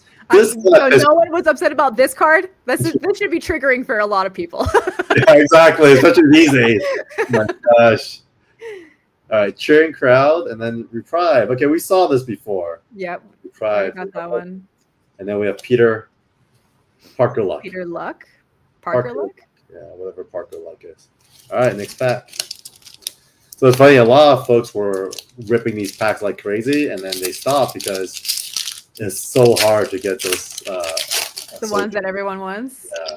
Well, when that card is worth that much, I mean, there can't be very many of them. No. And I think there's a thesis that it's even more rare than the Chocobos, the Final Fantasy ones, that chase cards.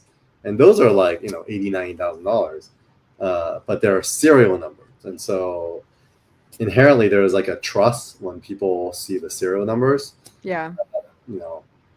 Non-serial doesn't have. But it's so hard to get the Soul Stone. I know. Another cheering crowd. A cheering crowd. Arachne Sonic Weaver. Psionic Weaver, yeah. Villainous. Yeah. Villainous Wrath. Okay. More Doc Ock. Okay. That's a cute card. That's a beautiful card. Yeah, that is awesome. That's really cool. I actually love the art on that. Super sick. Foil too. See, when they do hit the foils like this, they're awesome. Oh, right? Spider-Woman, Stunning Savior foil. There you go. There's a little art card. There you go, with Mary Jane, my least favorite character of all time. Yeah, why don't you like Mary Jane? She's toxic. Okay, but she's so weird. I mean, like in that animated series, although multiple girls have done this, Lois Lane has done this, but they'll like jump off the side of a building and be like, "Oh, and then I knew you'd save me." Like, ew, that's so weird. Why would you do that? Yeah, it's funny. I think this generation, they're more familiar with Miles these days.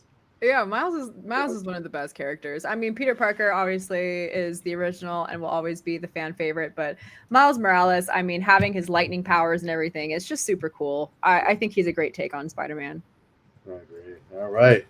The Swamp, Miles Morales. Oh, speaking of Miles Morales. Love, hi. Yep, he's a mythic and also a very well-liked card as well. Love that. Regular version, the extended version, has art by Jim Chung, actually. There you go. I like him. Rocket-powered Goblin, Balloon, Silk Web Weaver.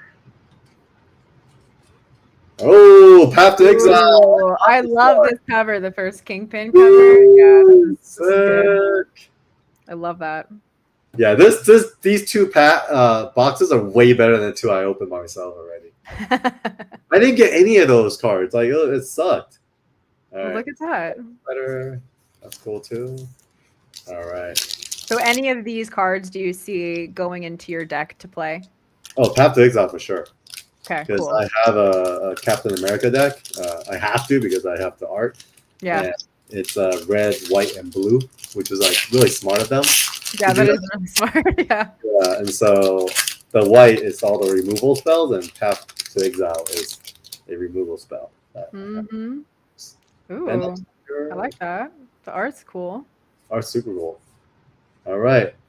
Oh, this is the piloted by Penny, the extended foil version of the card we saw earlier. That's cool. Cool. I like this. Okay. Yeah, the foils definitely are the win. I don't know. I really like the foil covers. Yeah, the foil covers just takes it to the next level. Electro, we're back with Electro. Ultimate Green Goblin. God, he is very beefy. Your favorite, Mary Jane Watson. God. Oh, Impersonator, we got him again. very cool. I really like that art on that. That's super sick. Too. Super sick. Shadow of the Goblin. There we go. Extended art. Cool. What do we have left? Like 5 of these left? We got 1, 2, 3, 4, 5, 6, 7, 8. Okay, it's got to be in here somewhere, right? It's here. It's gotta here. be in here. Soulstone. Come to Daddy. Kapow, that's such a fun name for that card. Chameleon. Rhino. Rhinos. Rampage. Yeah, they should have had more multiples of like rhinos, like they should have more villain driven, because that's what I thought. For me personally, loved about Spider-Man franchises, because all the villains are so. Villains cool. are fantastic. Like, it's hard to say that I don't like a villain in Spider-Man. I think maybe my least favorite would have been probably Hydro Man. Well, my favorite very often. I actually like Carnage. Carnage is fantastic. Yeah, that's a great villain. That's a great card right there. Carnage, Black Cat. Black Cat's more like a She's like a love interest, right? Catwoman. Yeah, she's the Catwoman of Marvel. I don't know who came first, actually, to be honest with you. But yeah, I wouldn't say that she's a villain. She's anti-villain more than anything. Yeah. Anti-hero. Anti-hero. Yeah. Spider-Man, Peter Parker. Okay, another one. Ooh, speaking of villain. See, now Kraven is one of the ones that I actually really like. Now, how his story ends is pretty freaking sad, but I think what happens to him? He hangs himself. Wait, what? Yeah. Sad. I know. It's pretty dark. That's so dark. What happened? Oh, it's a great story. I won't tell you much more. That's the one. If you're gonna read any Spider-Man story, you got to read some more Kraven stuff. I like his stuff. Yeah, they said it's funny because when they were working on the movies, and who asked me about it.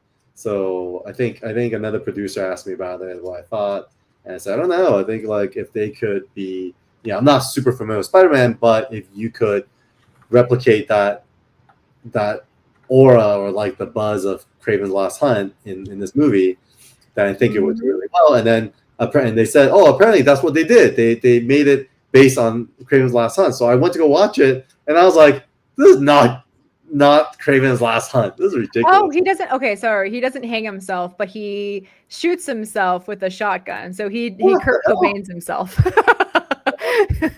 Oh, sad. Yeah, I was like, he kills himself some way, but yeah, that's the last issue of Kraven's Last Hunt.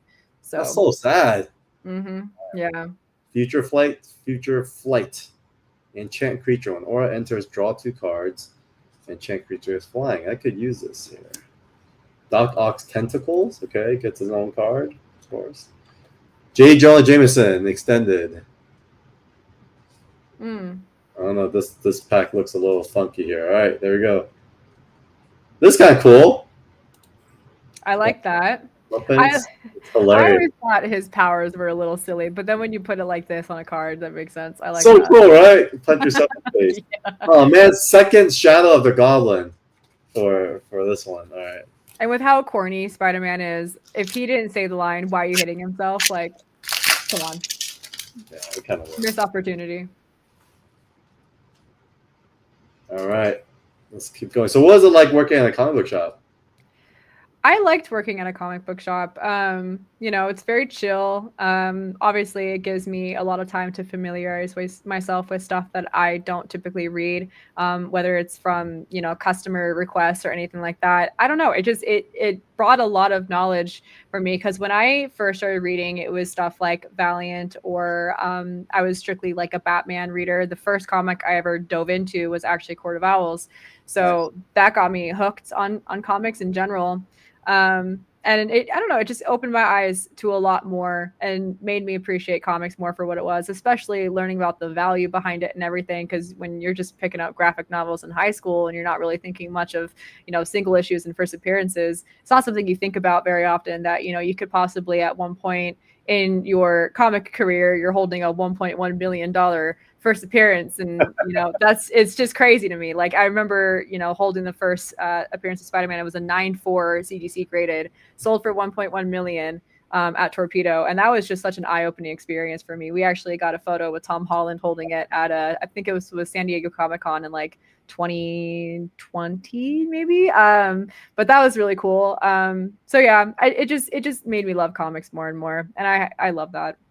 Well, speaking of 1.1 million, you know what sold for half of that this weekend? No way. The McFarlane Batman cover. But this isn't shocking to me. I mean, this is his most iconic Batman cover. So the good stuff. Isn't that crazy? I love the colors of it with the red background and everything too. Like, I loved this cover. This was such a great one. Yeah, that's crazy. 781,000 is wild. Beautiful. Who has money like this in this economy? What are you guys doing? It's crazy. Let me learn your secrets. What'd you do? Who'd you kill to get this? You know, it's interesting too. There was a preview gallery that happened when we were at New York Comic Con, and we got to basically see a lot of this stuff in person. And it's interesting because this guy Keith Fromm, whose collection it came from, apparently was very meticulous with a lot of his art. And so what he would do is hire someone to actually re-ink some of these blacks. And so there was some kind of controversy going, all right, like what's original and what's not. And what we found out from a guy who knows the inker is he had the guy redo the DC logo and Batman logo. So that's why you see the blacks being so different. Yeah. Than what it was. So it didn't fade at all. And I guess because this guy just loved seeing his cover art, his original art being very pristine. Yeah.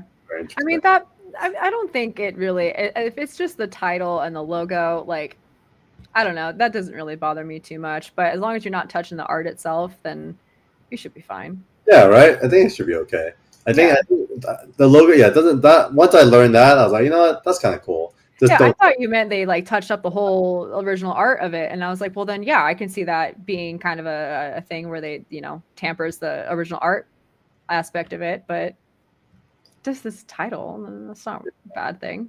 The other thing I learned was looking at this Batman, and even there was another sequential page that he did, that McFarlane did, that was also for sale. I realized this is where I learned to draw Batman as a kid. Okay, yeah. Batman like this. It's really fun. The very pointy ears and everything, which I think was such a good look. Yeah, and the very kind of like straight from the ear down to the neck. Yeah. That was a thing as well. I loved it. It just made him look more eerie. It made him look more spooky. And I really like that. If you're going to be the man who literally just hides in the darkness, you know, like you want to come off a little bit more scary. I like it. I could find some videos of stuff. So yeah, there's a whole thing that we went to. This is crazy. How did you? I'm jealous. That crazy? Here, let me share screen here. Do this, and then stop screen. And I'm gonna add another screen.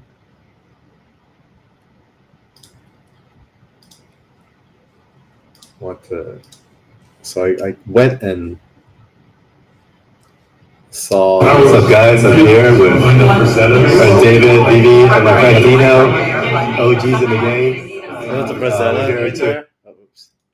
That little Frank Frazetta, is that what you said?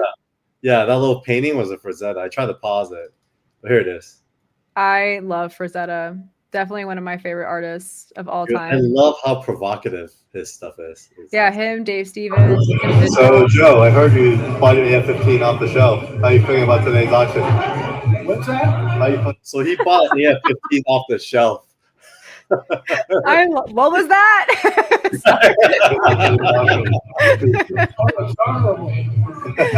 Now I can't afford stuff underneath. Yeah, real. You and I both, but we're here looking at the McFarlane. Mr. David Yu here. So, yeah, talk about it. How you feeling about this piece here? It looks much better in person than I thought in a lot. So very keen. Not sure what price is up to. What's the price up to? 500. All right, who's gonna win it? We'll see. Yeah, so crazy, right? That is so crazy. Yeah, so I got to. I saw some of this on your story. So these are the little clips that you were sharing, because I mean, exhibits like that are so fun. They did one in San Diego Comic-Con for all like Spider-Man stuff, where it's like original set costumes and original art and stuff like that. And I always thought that was super cool, because you know it gives people a more deeper look on how things were made, and just makes people appreciate the art of comics more. Did you ever think original art would get this much attention? Like, was that a thing in the store? Oh yes, I mean, my old boss John, he loves original art. That's like yes, John. He's like Jim Lee's best friend, right? Yeah, yeah, they're buddies. But yeah, he's big on original art. So I've been around it for quite some time now. His actually favorites are Frank Frazetta and Conan and all that. And, nice. Yeah, good stuff. I love Barry Windsor Smith. That's my jam. Yeah. Web Warriors. Here we go. We got the foil version of the cowboy Spider-Man. I think if we get a matte version, we expect the foil somewhere around the corner. Yeah. Exactly. We've learned that. The Clone Saga is the kind of regular version of the saga. Mm-hmm. Yeah, I was gonna say I recognize that format. The wide version. I'm like messing this one up. Sorry. This one is here, I think. Oh, here. And then here's Jekyll, and then Spider-Man. $20.99. And then here's a Shock. That's kind of cool. Okay. Nice. Okay. Nice glossy one. And then another glossy.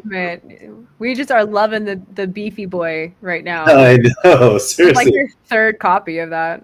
Yeah. Now we are down to the 5 packs. Yeah, we have too many Ultimate Green Goblins. We should do some giveaways or something. Right? All right. Ooh, the Eerie Gravestone. That's based off of a cover. Yes, it is. There we go. And then I don't know who Grendel Spawn of Knoll is.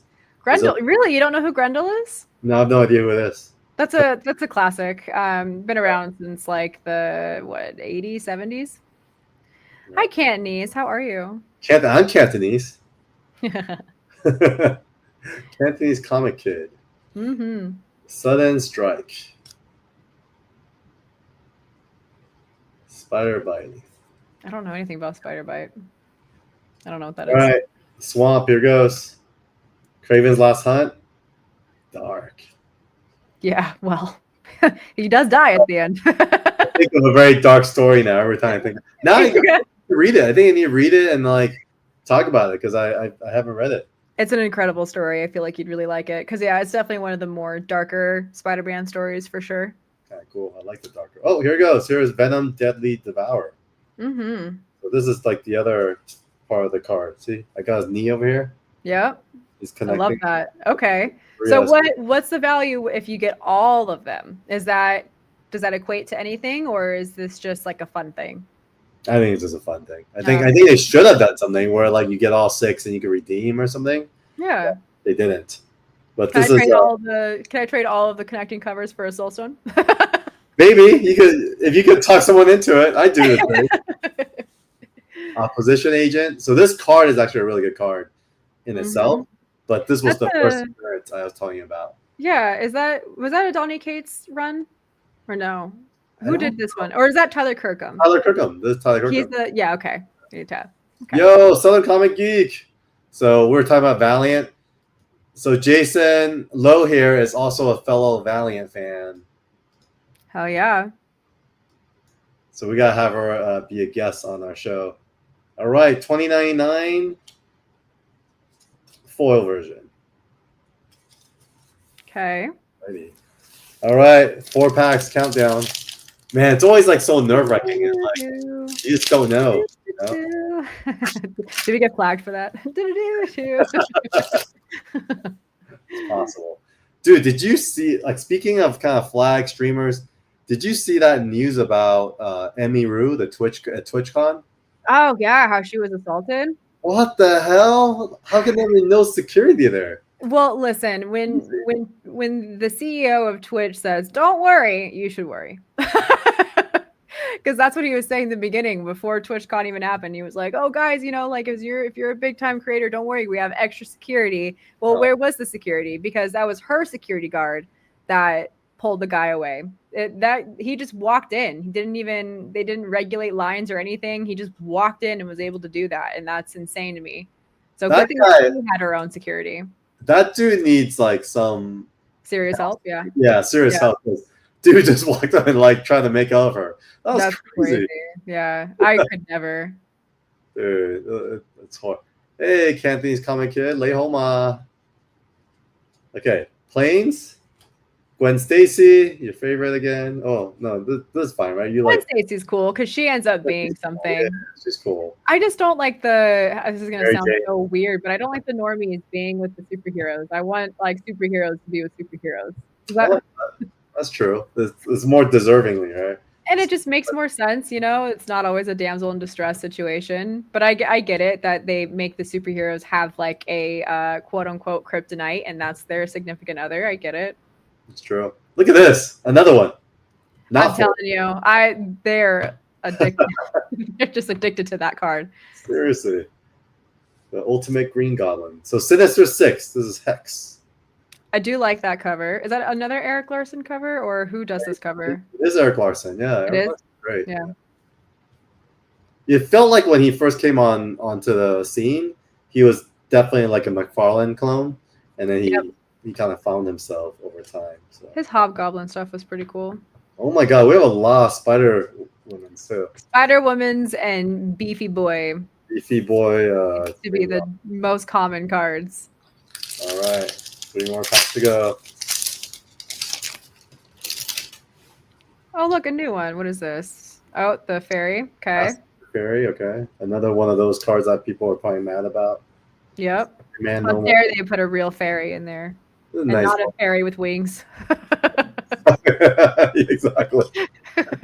Threw everyone off. Islanders. Okay. Common Crook. Yeah, stuff like this too. I think threw people off. Common Crook. What the hell is a Common Crook?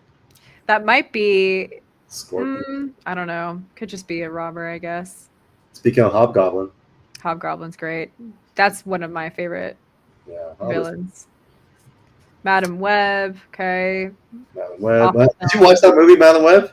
Awful film. I mean, how do you take a movie and say that it's a Marvel movie and you know nothing about the character itself? That was a mentor for Spider-Man, if I remember correctly, and she just was like, what, a random?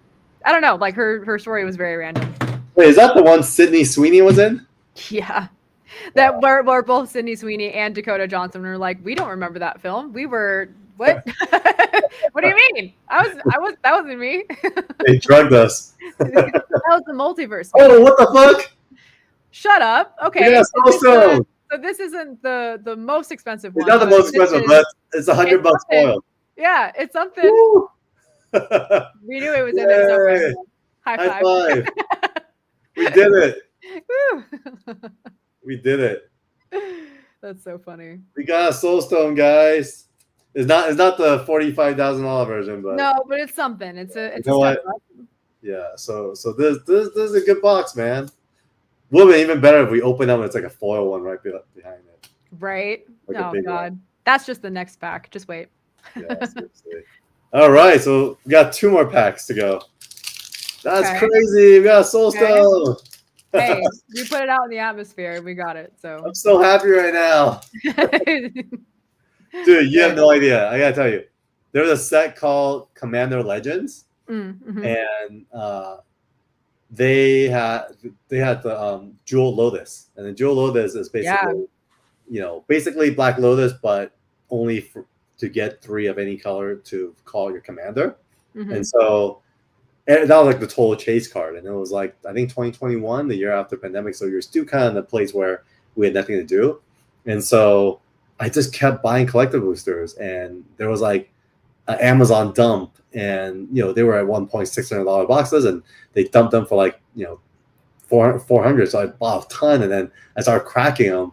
And dude, like, I never got a Jewel Lotus. And I think my neighbor felt so bad for me. He gave me one for my birthday. And so that's so sweet. That's the best neighbor reward. Best God. Best neighbor. Some more Spider-Man. You are. Yep. I really love Penny. I want to kind of build a deck of her. All right, here goes. Our last 2 packs. I mean, this is good news. It's we already have 1 Soul Stone, so can this be the pack with the second? And like now my hands are all like freaking nervous about. Oh my God. No. Mary Jane, gross. Get out of here. Gross. Get out of here. All right, another pumpkin bombs. Yeah. Whoa, rest in peace. Sick. I like that. Really good. Is that Spider-Man Reign, or I can't remember what storyline that is. I know it's based off of some Mark Buckingham. Yeah, I don't know. I didn't read this. So yeah, I'm glad you're here because I would have zero value, add zero value to the commentary of Spider-Man stories. So, all right, Spider-Man. Okay, so this is the one where the Soul Stone is in, right? Yes, this is it, guys. Chat, you need to start doing some like weird voodoo shit on your end, okay? Like start chanting in a circle. We're about to witness the Soul Stone gods. We're about to witness the opening of a Soul Stone live on stream.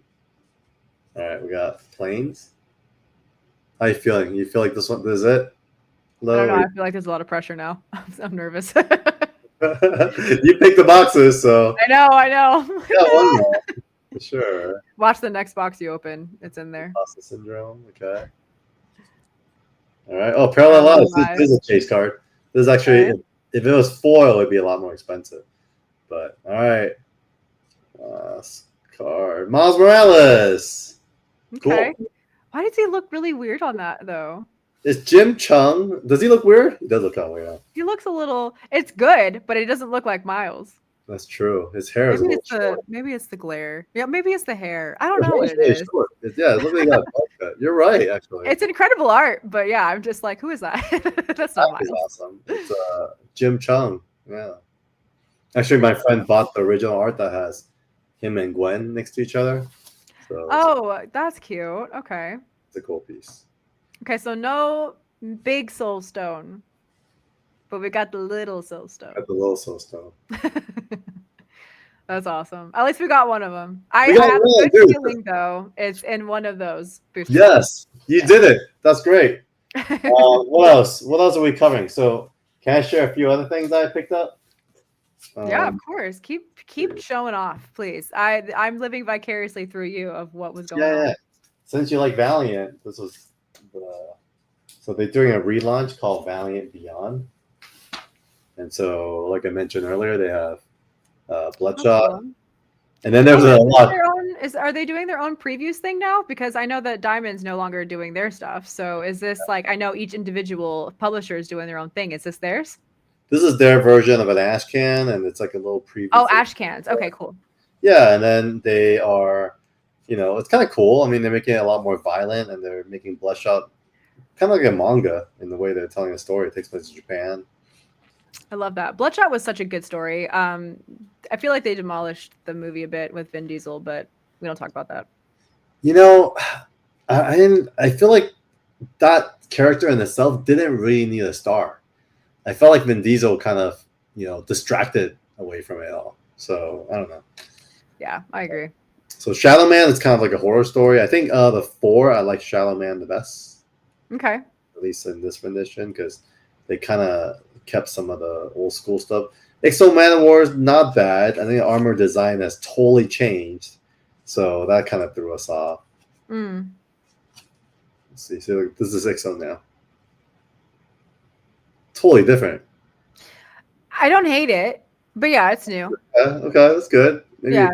I think they try to make it more like a Centurion. And then Harbinger, I really hated it because not only was it black and white, but it was just really not a great storytelling. So, I really like Harbinger too, so that's kind of sad. Yeah, normally I like Harbinger, but the new one I'm not a fan of. So what I did pick up was this one. I got one for Jason Southern Comic Geek as well as for Stingray on the show, and then it's this. There he is, Exo Man of War. Pretty sexy, right? I agree. Yeah.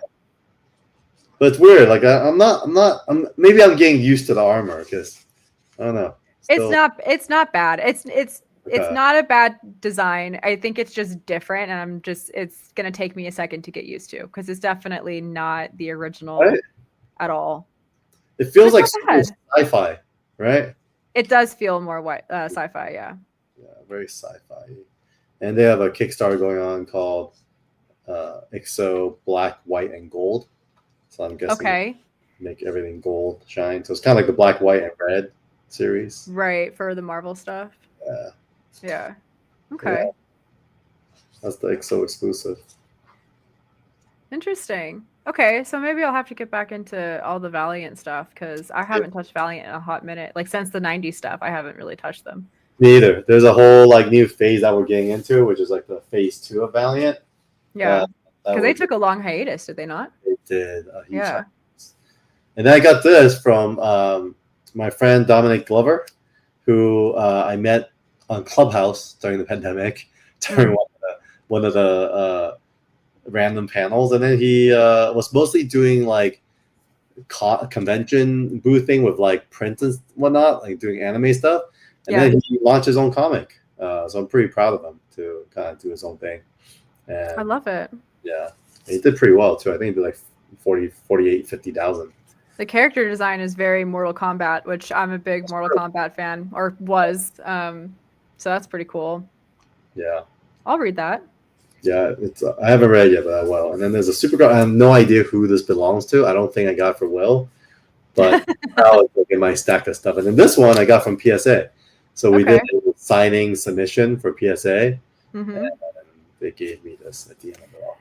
That Supergirl, is that Lennox? Who does that? No idea.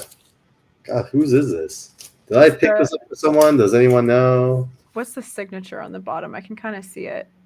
Okay. Can you tell? Oh no, I can't. I can't tell who that is at all. Let's see. Oh, interior's not bad. Is it Dan Morrow interiors? Written by Dan Slott. Dan Slott. Yeah. I like Dan Slott. Yeah. Art and cover by Raphael Albuquerque. Oh, that's a Superman Unlimited though. Okay. Let's see. This is Smallville. Oh, that's pretty good. This art is pretty nice. Usually I don't like the art interior wise. No, this is very nice. It's kind of I realize a lot of art is now leaning towards a manga style. Yeah, this is nice. Like So the Adventures of Superman, that new animated series that came out, that was all manga related, and I haven't liked a Superman thing in quite some time, and that brought me back into it. I should check it out. I haven't seen it yet. I heard about it. It's really good. I think you'd like it. Dude, have you seen Creature Commando? No, I actually haven't. I saw the first Oh, God. episode, and then that was it. So that's another thing I have to dive into. How about Peacemaker? That was what I was. So I've been saving my TV time for Peacemaker. We've got Gen B. We did the Aliens Earth, which I think we kind of talked about a little bit last time. Yeah, so I've been keeping on top of all of that. So once that's all over, Creature Commando should probably be next. Yeah, watch Creature Commando and then watch Peacemaker. I think it's a better order. Okay. Yeah. I really like what Jay Lee's been doing. Look at his cover. Jay Lee is incredible. I love Jay Lee's art. God, I love this cover. I was so sad that he sold it. Because to me, like this Jay Lee is like his prime. Because he did this kind of like retro style that he's doing right now. He's killing it. Yeah. Oh, I agree. And he's such a sweetheart. Yeah, he's a great guy. Oh, he's Vegas-based too? He is Vegas-based. That's right. Yeah, I've met him a few times. All right. He would just come into Torpedo and just draw. Like we had like a little mini signing, and he was also just working on commissions as he was just sitting there. Oh, that's fun. Yeah. That guy's a machine. I always feel like at every convention, he takes on all this commission and he's just endless drawing like a machine. I don't know how the other guys do. Oh, yeah, it's called snacks. Just give him some snacks and he's happy and he'll just get to it. I remember I brought him like a handful of chips because he's like, "Do you have any snacks?" And I was like, "Yeah." So I went in the background with like a handful of chips and he was like, "Perfect." That's hilarious. He's great. Okay. Someone said that exclusive is on fire right now, so I'm gonna look it up. The Supergirl? Yeah, I guess so. I want to know who that artist is because the artist. Well, you said the artist's name, but I want to know what else they do because the art looks really familiar. Is it a Supergirl exclusive? I don't know. What is it? Does anyone know in the chat what this cover is? This is the pros and cons of having to variant shop for other people. Sometimes you have no idea what you're getting. You're just like, sure, yeah, I'll go. Yeah, it looks like an anthology. The past, present, the future. What is this? Is this a new series? You said that was Dan Slott. So is this number 1? Or maybe a one-shot even, if it's anthologies? It looks like an anthology. It looks like past, present, and future. Oh, you don't know if it's going for a lot, but everyone wants it. Got it. Okay. Oh.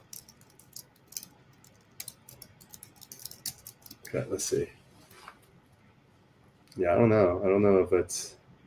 I don't see it. So I did see a pop kill on the top, though. Those are pretty cool. J. Scott Campbell did some covers for them. Dude, that guy is a great artist. Even just as a businessman, he's killing it. He's one of the best modern day women drawers, in my opinion. Women artists, women drawers. No, he's not a women artist. So women drawer makes sense because like the way he draws women is gorgeous. His classic women stuff like Gen 13. That's so good. You know what really got me this weekend was I was at Baltimore Comic Con and there was a comic art fans meetup. And a guy had like, and it's weird, I've never paid attention to his art before. I know what he's known for, but I saw a really cool, I think it was like pencils by Frank Cho. And Frank Cho? Yeah, I know Frank Cho. Dude, he's a badass. And I was like, damn, dude, this guy's awesome. And it makes me, for once, I was like, all right, I need to get some of his art because it was so good. I kept flipping back to it. I was like, this is dope. And yeah, he's a master. Cool. Yeah. Have you tried talking to him at all? You know, I like I said, it's you know, with Frank Cho, it's kind of like me and Spider-Man. I've never crossed paths with him like in my collecting, and so there was never a reason for me to talk to him. And so I think after seeing this cover, I don't know if it's a cover or whatever. I was like, damn, this is dope. And I guess the collector is good friends with him too, because Frank, I guess, from Baltimore area. Yeah. He's super sweet. Super easy to talk to. He loves vulgar humor. That's how you win him over. nice vulgar humor. So he's a dirty dog, but he's Yeah. fun. I like him. His ballpoint ink is his skills for ballpoint inking is just insane. At least I'm pretty sure that's what he uses for a lot of his line work. But yeah, I mean, he's definitely one of the best artists around, I would say. Okay. Well, I'll talk dirty to him next time I see him. So. Yeah, just say what's up, sexy, when you first see him, and he'll be like, hell yeah, what is this? I love this. the amount of edits I have of I would do really bad Photoshop edits of my old boss and him together, and they were very highly inappropriate, and they are just they're going down in history, that's for sure. Yeah, no, they are. All right, so it looks like we're gonna go watch Tron Ares tonight at 9 p.m. at Look Theater. So I have a little bit more time. How's your time? I'm okay for a little bit longer. Are you tempted to open another box? I think okay, how about that's how we close the show? We open up another box. Screw it. There's gotta be a soul stone in there. There's gotta be. What am I doing in my life? All right, here goes. You're picking again, so you got the luck because I don't have the luck. Let me see. Oh my God, someone's telling me to open my FF box. I'm not gonna do that. All right. Which one? All right, Lo. Okay. Let's do going from your left. Let's do over 5. My left over here. Yep, and then go 1, 2, 3, 4, 5. This one. That one, yes. Okay. I was looking at that one too. It's funny. All right. Our combined synergy and powers of picking a collector booster box. Let's see what this looks like. I'm scared. Oh man. But I'm kind of excited because just to open a soul stone, I'm like, wow, it's possible. It's the $100. So you're gonna go see Tron tonight? That's what you said? We're gonna see Tron tonight at 9 o'clock. I mean, let's talk about that. Have you heard much about? I hear it's kind of a flop, but I'm also not a fan of Jared Leto. I feel like the last few movies that he's touched have just like gone to hell. Why do you think it's been so bad? I don't know. I know he's controversial, but I don't think that has anything to do with it. I just think he's kind of just stuck with being hooked up with really bad directors because you had, Morbius, and then you had Tron, and then what was the other one? Joker with the Suicide Squad. Like, I don't know what it is, but I don't know. The Tron. I mean, not Tron, but the what was it? The Morbius director was a pretty good director on Life. He did Life, right? Ooh, I don't know. I've never seen it. So I thought that was a good movie, but I don't know what happened. I think they kind of screwed it up. Yeah, I mean, again, I think it's a lot of directors that get handed a project they don't know too much on. I think it kind of just takes a hit at some point, but I agree. I think you naturally need to be a geek to direct like a Marvel movie, or else it's just not gonna translate. Yeah, no, 100%. I agree. Kraven's Last Hunt. Oh, Venom again. All right. Oh, we got this card. More Eric Larson, yeah. Yep, Eric Larson in the house. Oh, there we go. Imposter Syndrome. You could just do giveaways with the Imposter Syndromes, Beefy Boy, and Mary Jane. That's the giveaways. Yeah, I don't know how we're gonna do that, but that's an idea. You should give it on your stream. There you go. Yeah, we'll ship it out. I'll drop it off to you in Vegas. Oh yeah, that's right. You're gonna be here soon. 3 days. It's crazy. I haven't booked my flight yet. Ooh, you should do that sooner than later. I'm really bad. I booked my flight to Baltimore on Thursday to fly. Oh, so the day before. Yeah. So I love it. What's happening on Thursday. Living life day by day. That's. I wish I could do that. It is kind of a thing. All right, Mountain. All right, cool. Norman Osborn. This is actually a really good card as well. We haven't seen that one yet, right? That's a new one. Green Goblin and Norman. There we go. Okay. All right, Scarlet Spider. We've seen this. Ben Reilly. Agent Venom. We've seen. Ooh. Yeah, this is a great card too. Mm-hmm. I'll use it in my Negan deck. There you go. All right, Iron Spider Stark upgrade. All right. See, I'm loving these Hobgoblin ones. Those are the best. Yeah, I do feel like they created this set as like a onboarding set for people, because it's not just this stream here, but I literally have a lot of comic book chats that usually are like comic art, mostly comic art. But I have a friend, Mikhail, who's basically opening a pack every day, and he's showing us what he gets. And I'm like, there's no reason why we're talking about Magic the Gathering stuff in here, but because it's actually working. I think it's actually getting people to cross over. So whatever agenda they had to onboard, I think it will pay off in the long run. Yeah, I agree. Superior Spider-Man. Rent is due. This is very in meta right now. I'm just saying, I feel like that should have been the card that everyone was bitching about. Yeah. Relentless Assault. Okay. Black Cat. Oh, this is a foil version. The Cunning Thief. Okay. Wait, is that it? Oh, that was it. That was the hit. It's in there. It's got to be. You feel it? I have to have some hope. I don't know. I'm a broken man when it comes to opening packs. I literally have like the worst luck ever. Same. Yeah, that's why. No, you have good luck, dude. I've never opened the chase card before. That's dope. I'm very happy. I'm very, very happy to have a Soul Stone, because I could put that into my Negan deck. Can you tell Negan's one of my favorites because I give him all the best cards I have? Yeah, Negan, I'm like, this is the most talked deck. I mean, the only talked deck I think you've talked about this entire time. Well, my Captain America. I would say Captain America was that's like right. number one. The Negan's red, white, and blue one. My number 2 right now. All right. And you said Negan is a black and red deck. Is that what you said? Black, red, and white. Black, red, and white. That's the foil version. Oh yeah, that Tyler Kirkham one. Yeah, so this was the original art that the rep had up for Tyler Kirkham forever, and then it was $4,000. And then as soon as this card came out, it became $7,000, and then someone still bought it. Hell yeah! Hide on the ceiling. Okay. All right. I think it's only in America where people waste so much money on paper and cardboard. Yeah, right. We don't have any gold in our reserves, but our money is backed by collectibles. Mm-hmm. Yeah, the reason why all these packs are so expensive is all the cardboard and plastic. Yeah, full cardboard. Kapow! That's kind of cool card. Mm-hmm. You have the matte version of that, I think. I think so. I saw that. Yeah. Yeah, I think so far the best card has been the ASM 238 of this particular box. Yes. The Hobgoblin ripping them up. No, that's a great cover. I wish I got that. Oh my God. If I see Beefy Boy, you know what? We should have just made this a drinking game. Every time we got Beefy Boy, we just take a shot.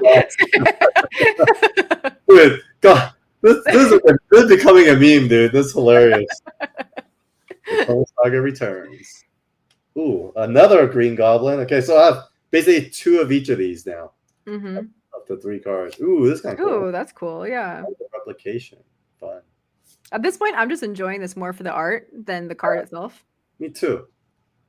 Ooh, $80. Oh, this is expensive. Is it? Okay.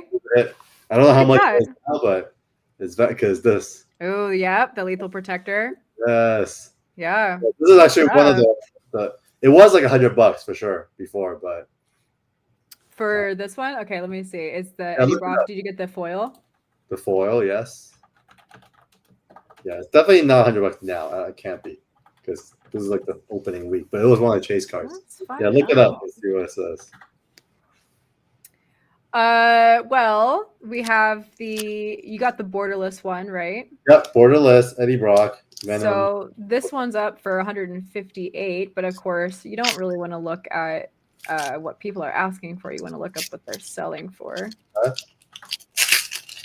People can ask for anything at this point. You'll be like, all right, yeah, that's nice, buddy. So it stayed over $100. I'm surprised.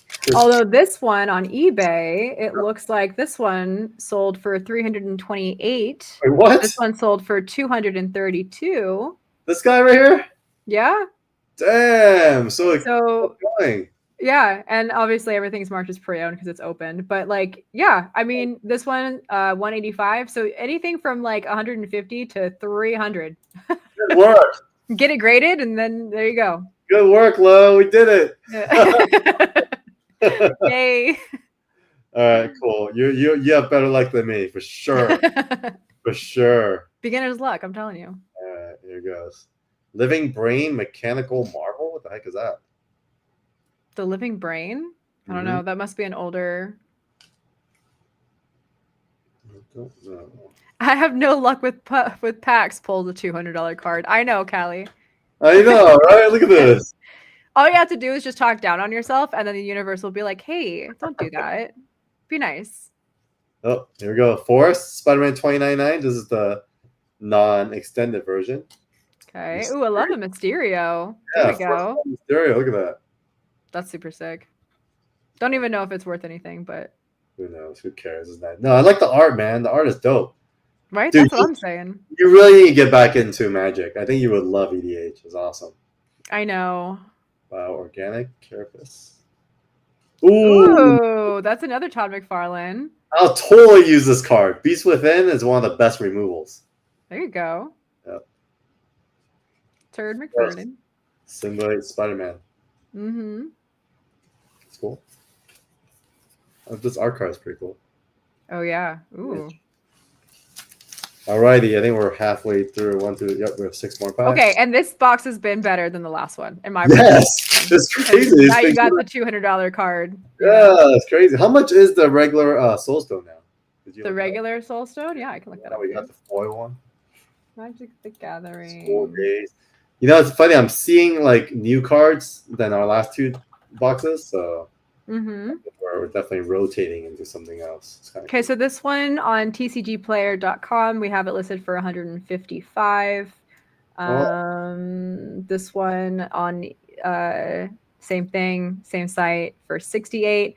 So I mean, you could probably get $100 from it. Yeah, I think it's like $100. 68. Why is it so low? I don't know.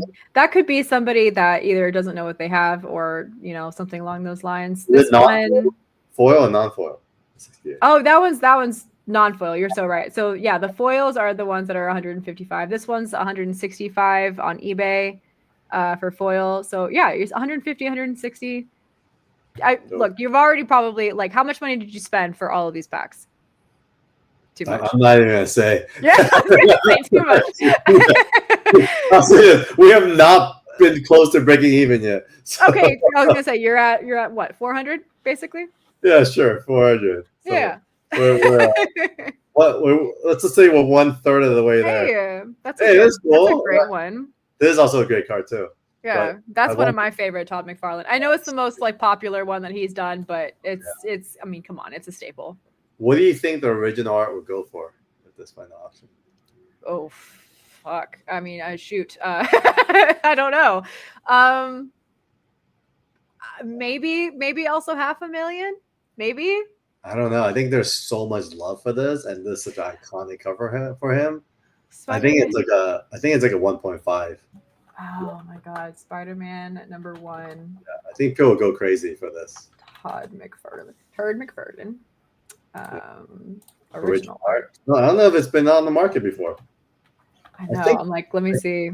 Yeah, I think my friend actually owns it. It's kind of crazy. All right, Does he? That's crazy. Oh, here, look, I got a Green Goblin with a signature. Okay, that's cool. That's cool. Yeah. I like the gold. I like the gold signatures. I think those are sick. All right, last 5 pages. Last 5 packs, guys. Torment series. Yeah, I don't even see original art even listed on here. I see original art poster, but that's about it. I don't think it'll be. I don't think it's been on the market for a long time. No. Got it. I mean, I wouldn't let go of it either. Yeah, no, I wouldn't. That's something I would hold on to till the day I die. That's definitely like pass on to your children type thing. Yes, heirloom. All right, Plains, Carnage, cool Carnage. That's a sick Carnage. Okay. Deck. Black red. You're black red, right? Yes. Well, I like all the dark eerie stuff, and black red decks really kind of just added to that. Yeah, we gotta give you that Carnage deck. I'll build the deck. There you go. Healing, Spider Sense, Counterspell, foil. Nice. Foil. Yeah. Sick. And Spider-Man 2099. That's a dope card too. Dope card, sick. And Spider-Man, Ryan Pankos. Nice. These are nice cards. I mean, it's not Soulstone, but it's better than- I feel Yeah. like what you got maybe like I don't know how many very valuable cards are in here, but at least you got 2 of them. Yeah, dude, that Venom is sick. I've wanted that Venom for sure. Lethal Protector. I mean, what a great, perfect art to reuse in a card. Flash Thompson. There we go. Flash Thompson. Who is Flash Thompson? I don't know much about Flash Thompson. I have no idea. He's a Spider-Man fan. Basically. Right. Maximum Carnage. Alrighty. Agent Venom. Oh, Spider-Man 2099 again. Mm-hmm. Ooh, Tangle. What is this? Cool deck. Cool card. Pretty dope. Prevent all combat damage that will be dealt this turn. Each attacking creature doesn't untap during controls. That's nice. That's a great card. Okay. And that's the foil of your Multiverse Passage. Yeah. All right, last 3 packs. What happened in the last box? Was it like the second to last pack that we opened the Soulstone? I don't know. That had It was like the third to last. Yeah, third to last. So this is third to last. So maybe we could do it again. Get rid of some of these. Oh, Cali Comics says Flash went to school with Peter. Then lost his legs in the military, became Agent Venom with the same. Oh, okay. Oh, so he's Agent Venom. Okay. Oh, interesting. That's kind of cool. I didn't know that about Agent Venom. I don't think I ever read any Agent Venom comics. I just know of the Tyler Kirkham cover. That's basically it. Yeah, I think it's very modern, right? It's a very modern. He's book. very modern. Yeah, he's definitely one of the newer characters. All right, so we're going in. So we got Arachne, Psionic, okay, and then Carnage, Crimson Chaos. Okay. Oh, there's that controversial Oh, camera. Yep. Oh, here we go. Ben. Not foil. That is not a foil, though. I know. I was expecting it to be the. Oh, there's the. That's my favorite villain right there. Great villain, Hydro Man. Gotta stay hydrated, y'all. All right, last 2 packs, guys, and then and that's it. That's the night. Come on, Well, just gotta do something. Fun pack opening. Yeah, can we do this again sometime soon? We should. I was gonna say you are a great company, and I really appreciate you because it's Thank you. totally different when I'm doing it by myself. And Oh yeah, yeah, it's nice to have a little hype man on the side. that's good stuff.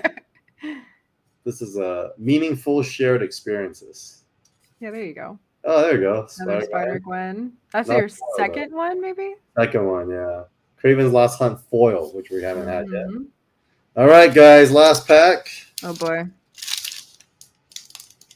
What will we get? I don't know. I'm sweating now. I'm kind of sorry. It's like last pack. All righty, folks. And it's funny. I have like wrappers everywhere right now. It's just... That's the joy of pack opening. So why don't we go through some of the cards? That's a new one. Yeah, I haven't seen this yet. Venomized cat. Cute. That's hilarious. Do you know cat and dogs sell the most in like Magic Secret Lair drops because people just love them? It's crazy. That checks out. Didn't know that, but it checks out. Yeah, it's a thing. News Helicopter. That's a new one. Helicopter. Yeah, same thing for original art. The cat and dogs always sell for a lot more. That's so funny. It's such a Ominous Asylum. Yep. Okay. Pilot by Penny, and then we got Spider-Man Noir. We're seeing a lot of repeats on this pack. Mm-hmm. All Crawl. Same. Spider Bite. Who's Spider Bite? I don't know much about that. That must be a newer character. Looks like a kind of an Ant-Man suit or something. All right, here goes. The land kicks it off. Craven's Last Hunt foil. Oh my God, I'm so like. All right, here. We're all feeling it. We're all feeling it. Yeah, I know. The last pack, you're like, oh. Powered, okay. Oh, cool. We got Grasping Tentacles, which is part of this art card thing. It's here somewhere. And then I will say though, even though that this isn't like a big card, that's a very classic line for Spider-Man. So. Yeah, that's pretty cool. Face the tiger, you just hit the jackpot. That's pretty cool. That's a cool way to close it. Yeah. All right, so that's it. friendly neighborhood. So that's point one of those That things. should have been a tease, though. If you know how sick that would be if it was that card and then next was the Soul Stone. Dude, that just a would hint that you were gonna get it. have been perfect. That You was hit the jackpot. that would have been awesome. So, well, we did it. Yay! I feel like that was an okay. It was okay. No, evening. honestly, like it's hit or miss, and it's like I feel like getting 2 of the chase cards. It's a big win, and I don't know the set well enough to kind of go through the rest of this, but I'll report back. I'll do some research and see what else we opened that was a hit. Yeah, we gotta get a tally of what you've made in those couple of packs. Yep, that's the game plan. I'll do that probably midweek this week before I head to Vegas. Yeah. All right. Anything else before we close out? No, I think that's pretty much it. The only thing that I was curious about was how things went with Mickey for his Walmart debut thing. I saw his story and his post, and I was like, "Oh, brother, like you're doing Walmart stuff now? That's crazy." Yeah, it's pretty funny. So there. So this is one of the guys from PSA who. That's a 10. How much was that? Do you know? A lot. I think apparently it's like I don't know. He said it. It's like 200. It's a lot. I don't know. What It's a I lot. remember he said the number, but it was a lot. And this guy, when they introduced him, they said he's the co-owner of the Dubai comic collection. So that sounds expensive in itself. It does. Yeah. When you say you're the owner of anything, you're like, oh, so you're rich. Got it. I don't know who this is. You know who this is? No, I don't know who that is. Tricloud. I like Mickey's casual cosplay though. Yep, his cosplay is kind of cool. Yeah. So Robin, so they came together. It's kind of cool. I think she's got unlocked something in Mickey, I think. Mm-hmm. Yeah, he's signing autographs. Mr. Stan Sakai. Oh, cool. It's kind of cool. So cool. Man, some of these like legends are like still rocking. You know, it's I know, and I'm happy to see that they're not getting like washed away from all of the like because they're consistently pushing out variants, which means that there's like tons of new artists being released out there, and I'm just glad that the old stuff isn't being washed away from all of that. Yeah, I love the cosplay. Do you do the cosplays at conventions too? The arm is crazy. Hold on, that was wild. Like, wow, right? How do you walk around with that thing? That's crazy. That's pretty crazy. It's impressive, man. Some of these cosplayers are next level. Well, the funniest thing is the thing is smallest out of them four. I know, he's like the shortest one. Oh, there's PSA, Michelle. Oh, yeah. She took care of us. There it is. There's an original art panel. I actually filmed this whole panel, so they're about to release it pretty soon. With actually, Dinesh right there. We're going to go watch a movie tonight with Dinesh.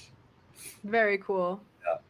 And the funniest thing was at the PSA panel. Oh, cool. You know who that guy is? I have no idea who that guy is. No, it's the first appearance of Harley Quinn. Yeah, so that guy, Mickey, and then Robin, Mickey's girl, was sitting in the front right, and they did a drawing. And all 3 of them each won. And then the Liz from PSA was like covering her eyes, like, oh my God. And we're like, it's rigged, all the influencers. And then they ended up trading the comic because Robin got the first Star Wars, Star Wars, and then the other guy got the Harley Quinn. And I think Mickey wanted that Quinn better, so he ended up getting it. So yeah, that's super sick. I love that. Oh, of course, Evermind. I should do a shameless plug.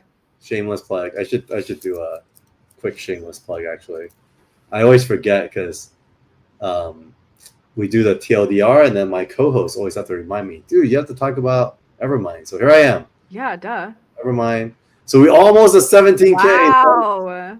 So you guys went over your limit, right? Because you were asking for okay. I was gonna say your total was almost 9,000. Yeah, that's incredible. Good job, guys. And I gotta be honest, I was really worried because I think at the launch stream we talked about this, but Kickstarter is currently on strike.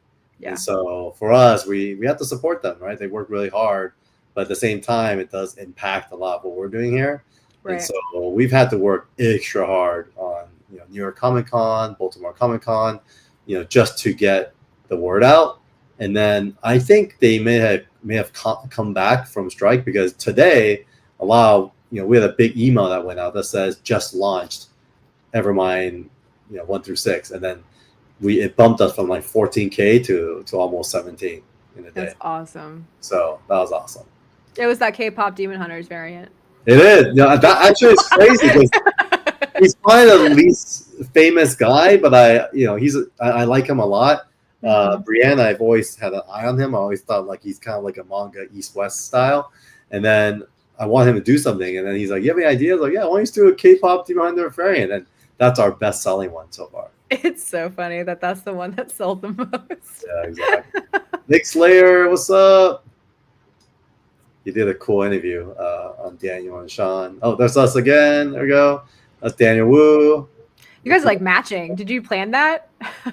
No, not really. You guys are all wearing black and white. Oh yeah, that's true. We have black and white. I don't know. I think it's just a thing. Yep. That's so funny. We had a little panel with Sean and then David, the CEO of Vivi. You could see how shy Sean is and all of his stuff. It's so adorable. Super shy. Yeah, you can't tell. Like, if you don't know him, you're like, does he want to go home or is he just really shy?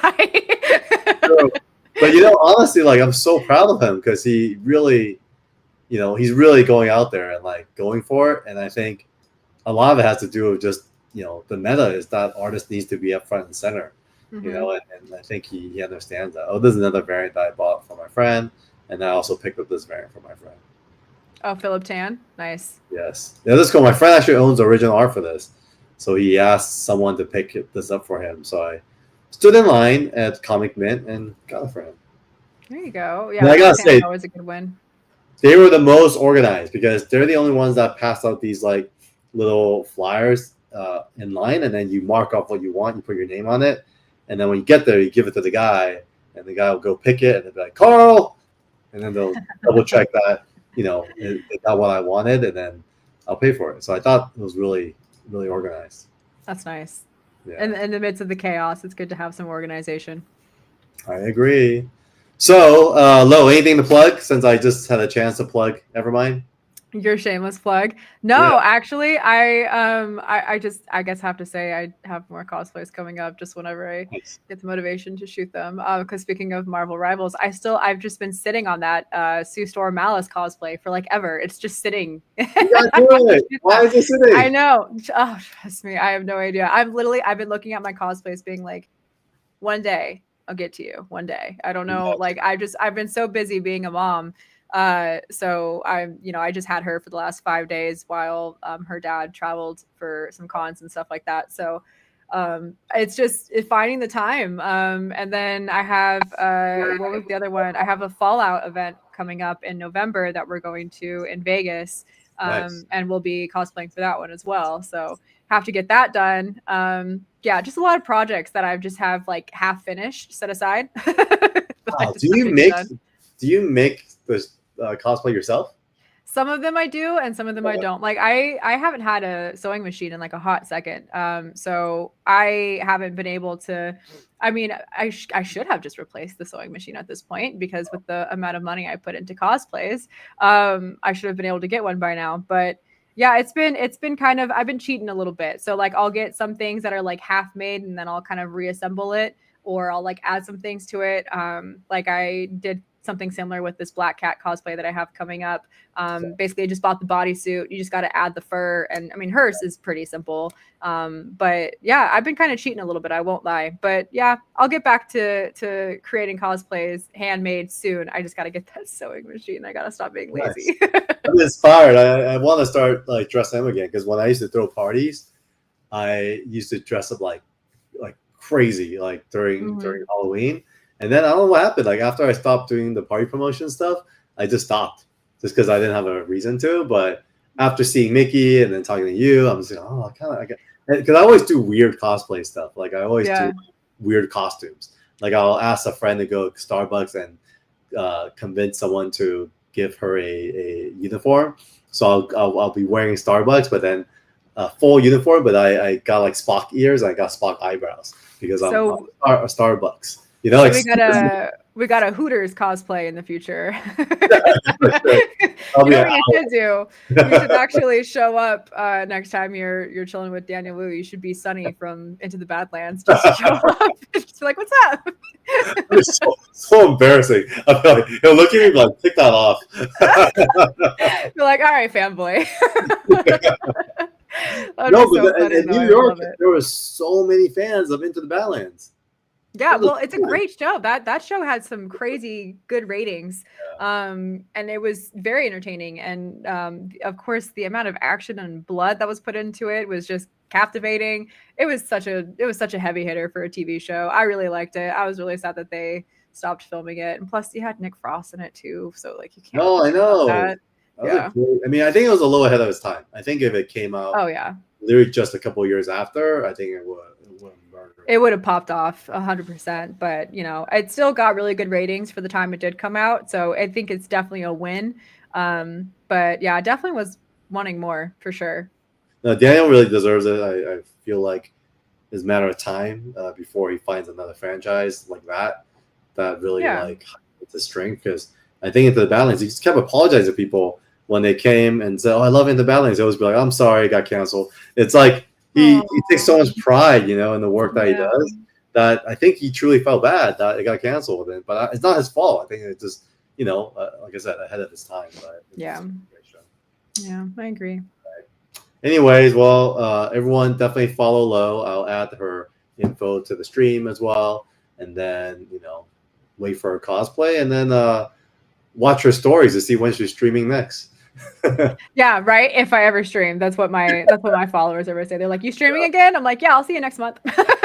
Last week was kind of like that. People kept asking me, "Hey, all right, where'd you go? What happened?" Yeah. I was like, It's totally me. Well, con season. So, all right, guys, farewell, and we'll see y'all next time. Bye, guys. End stream.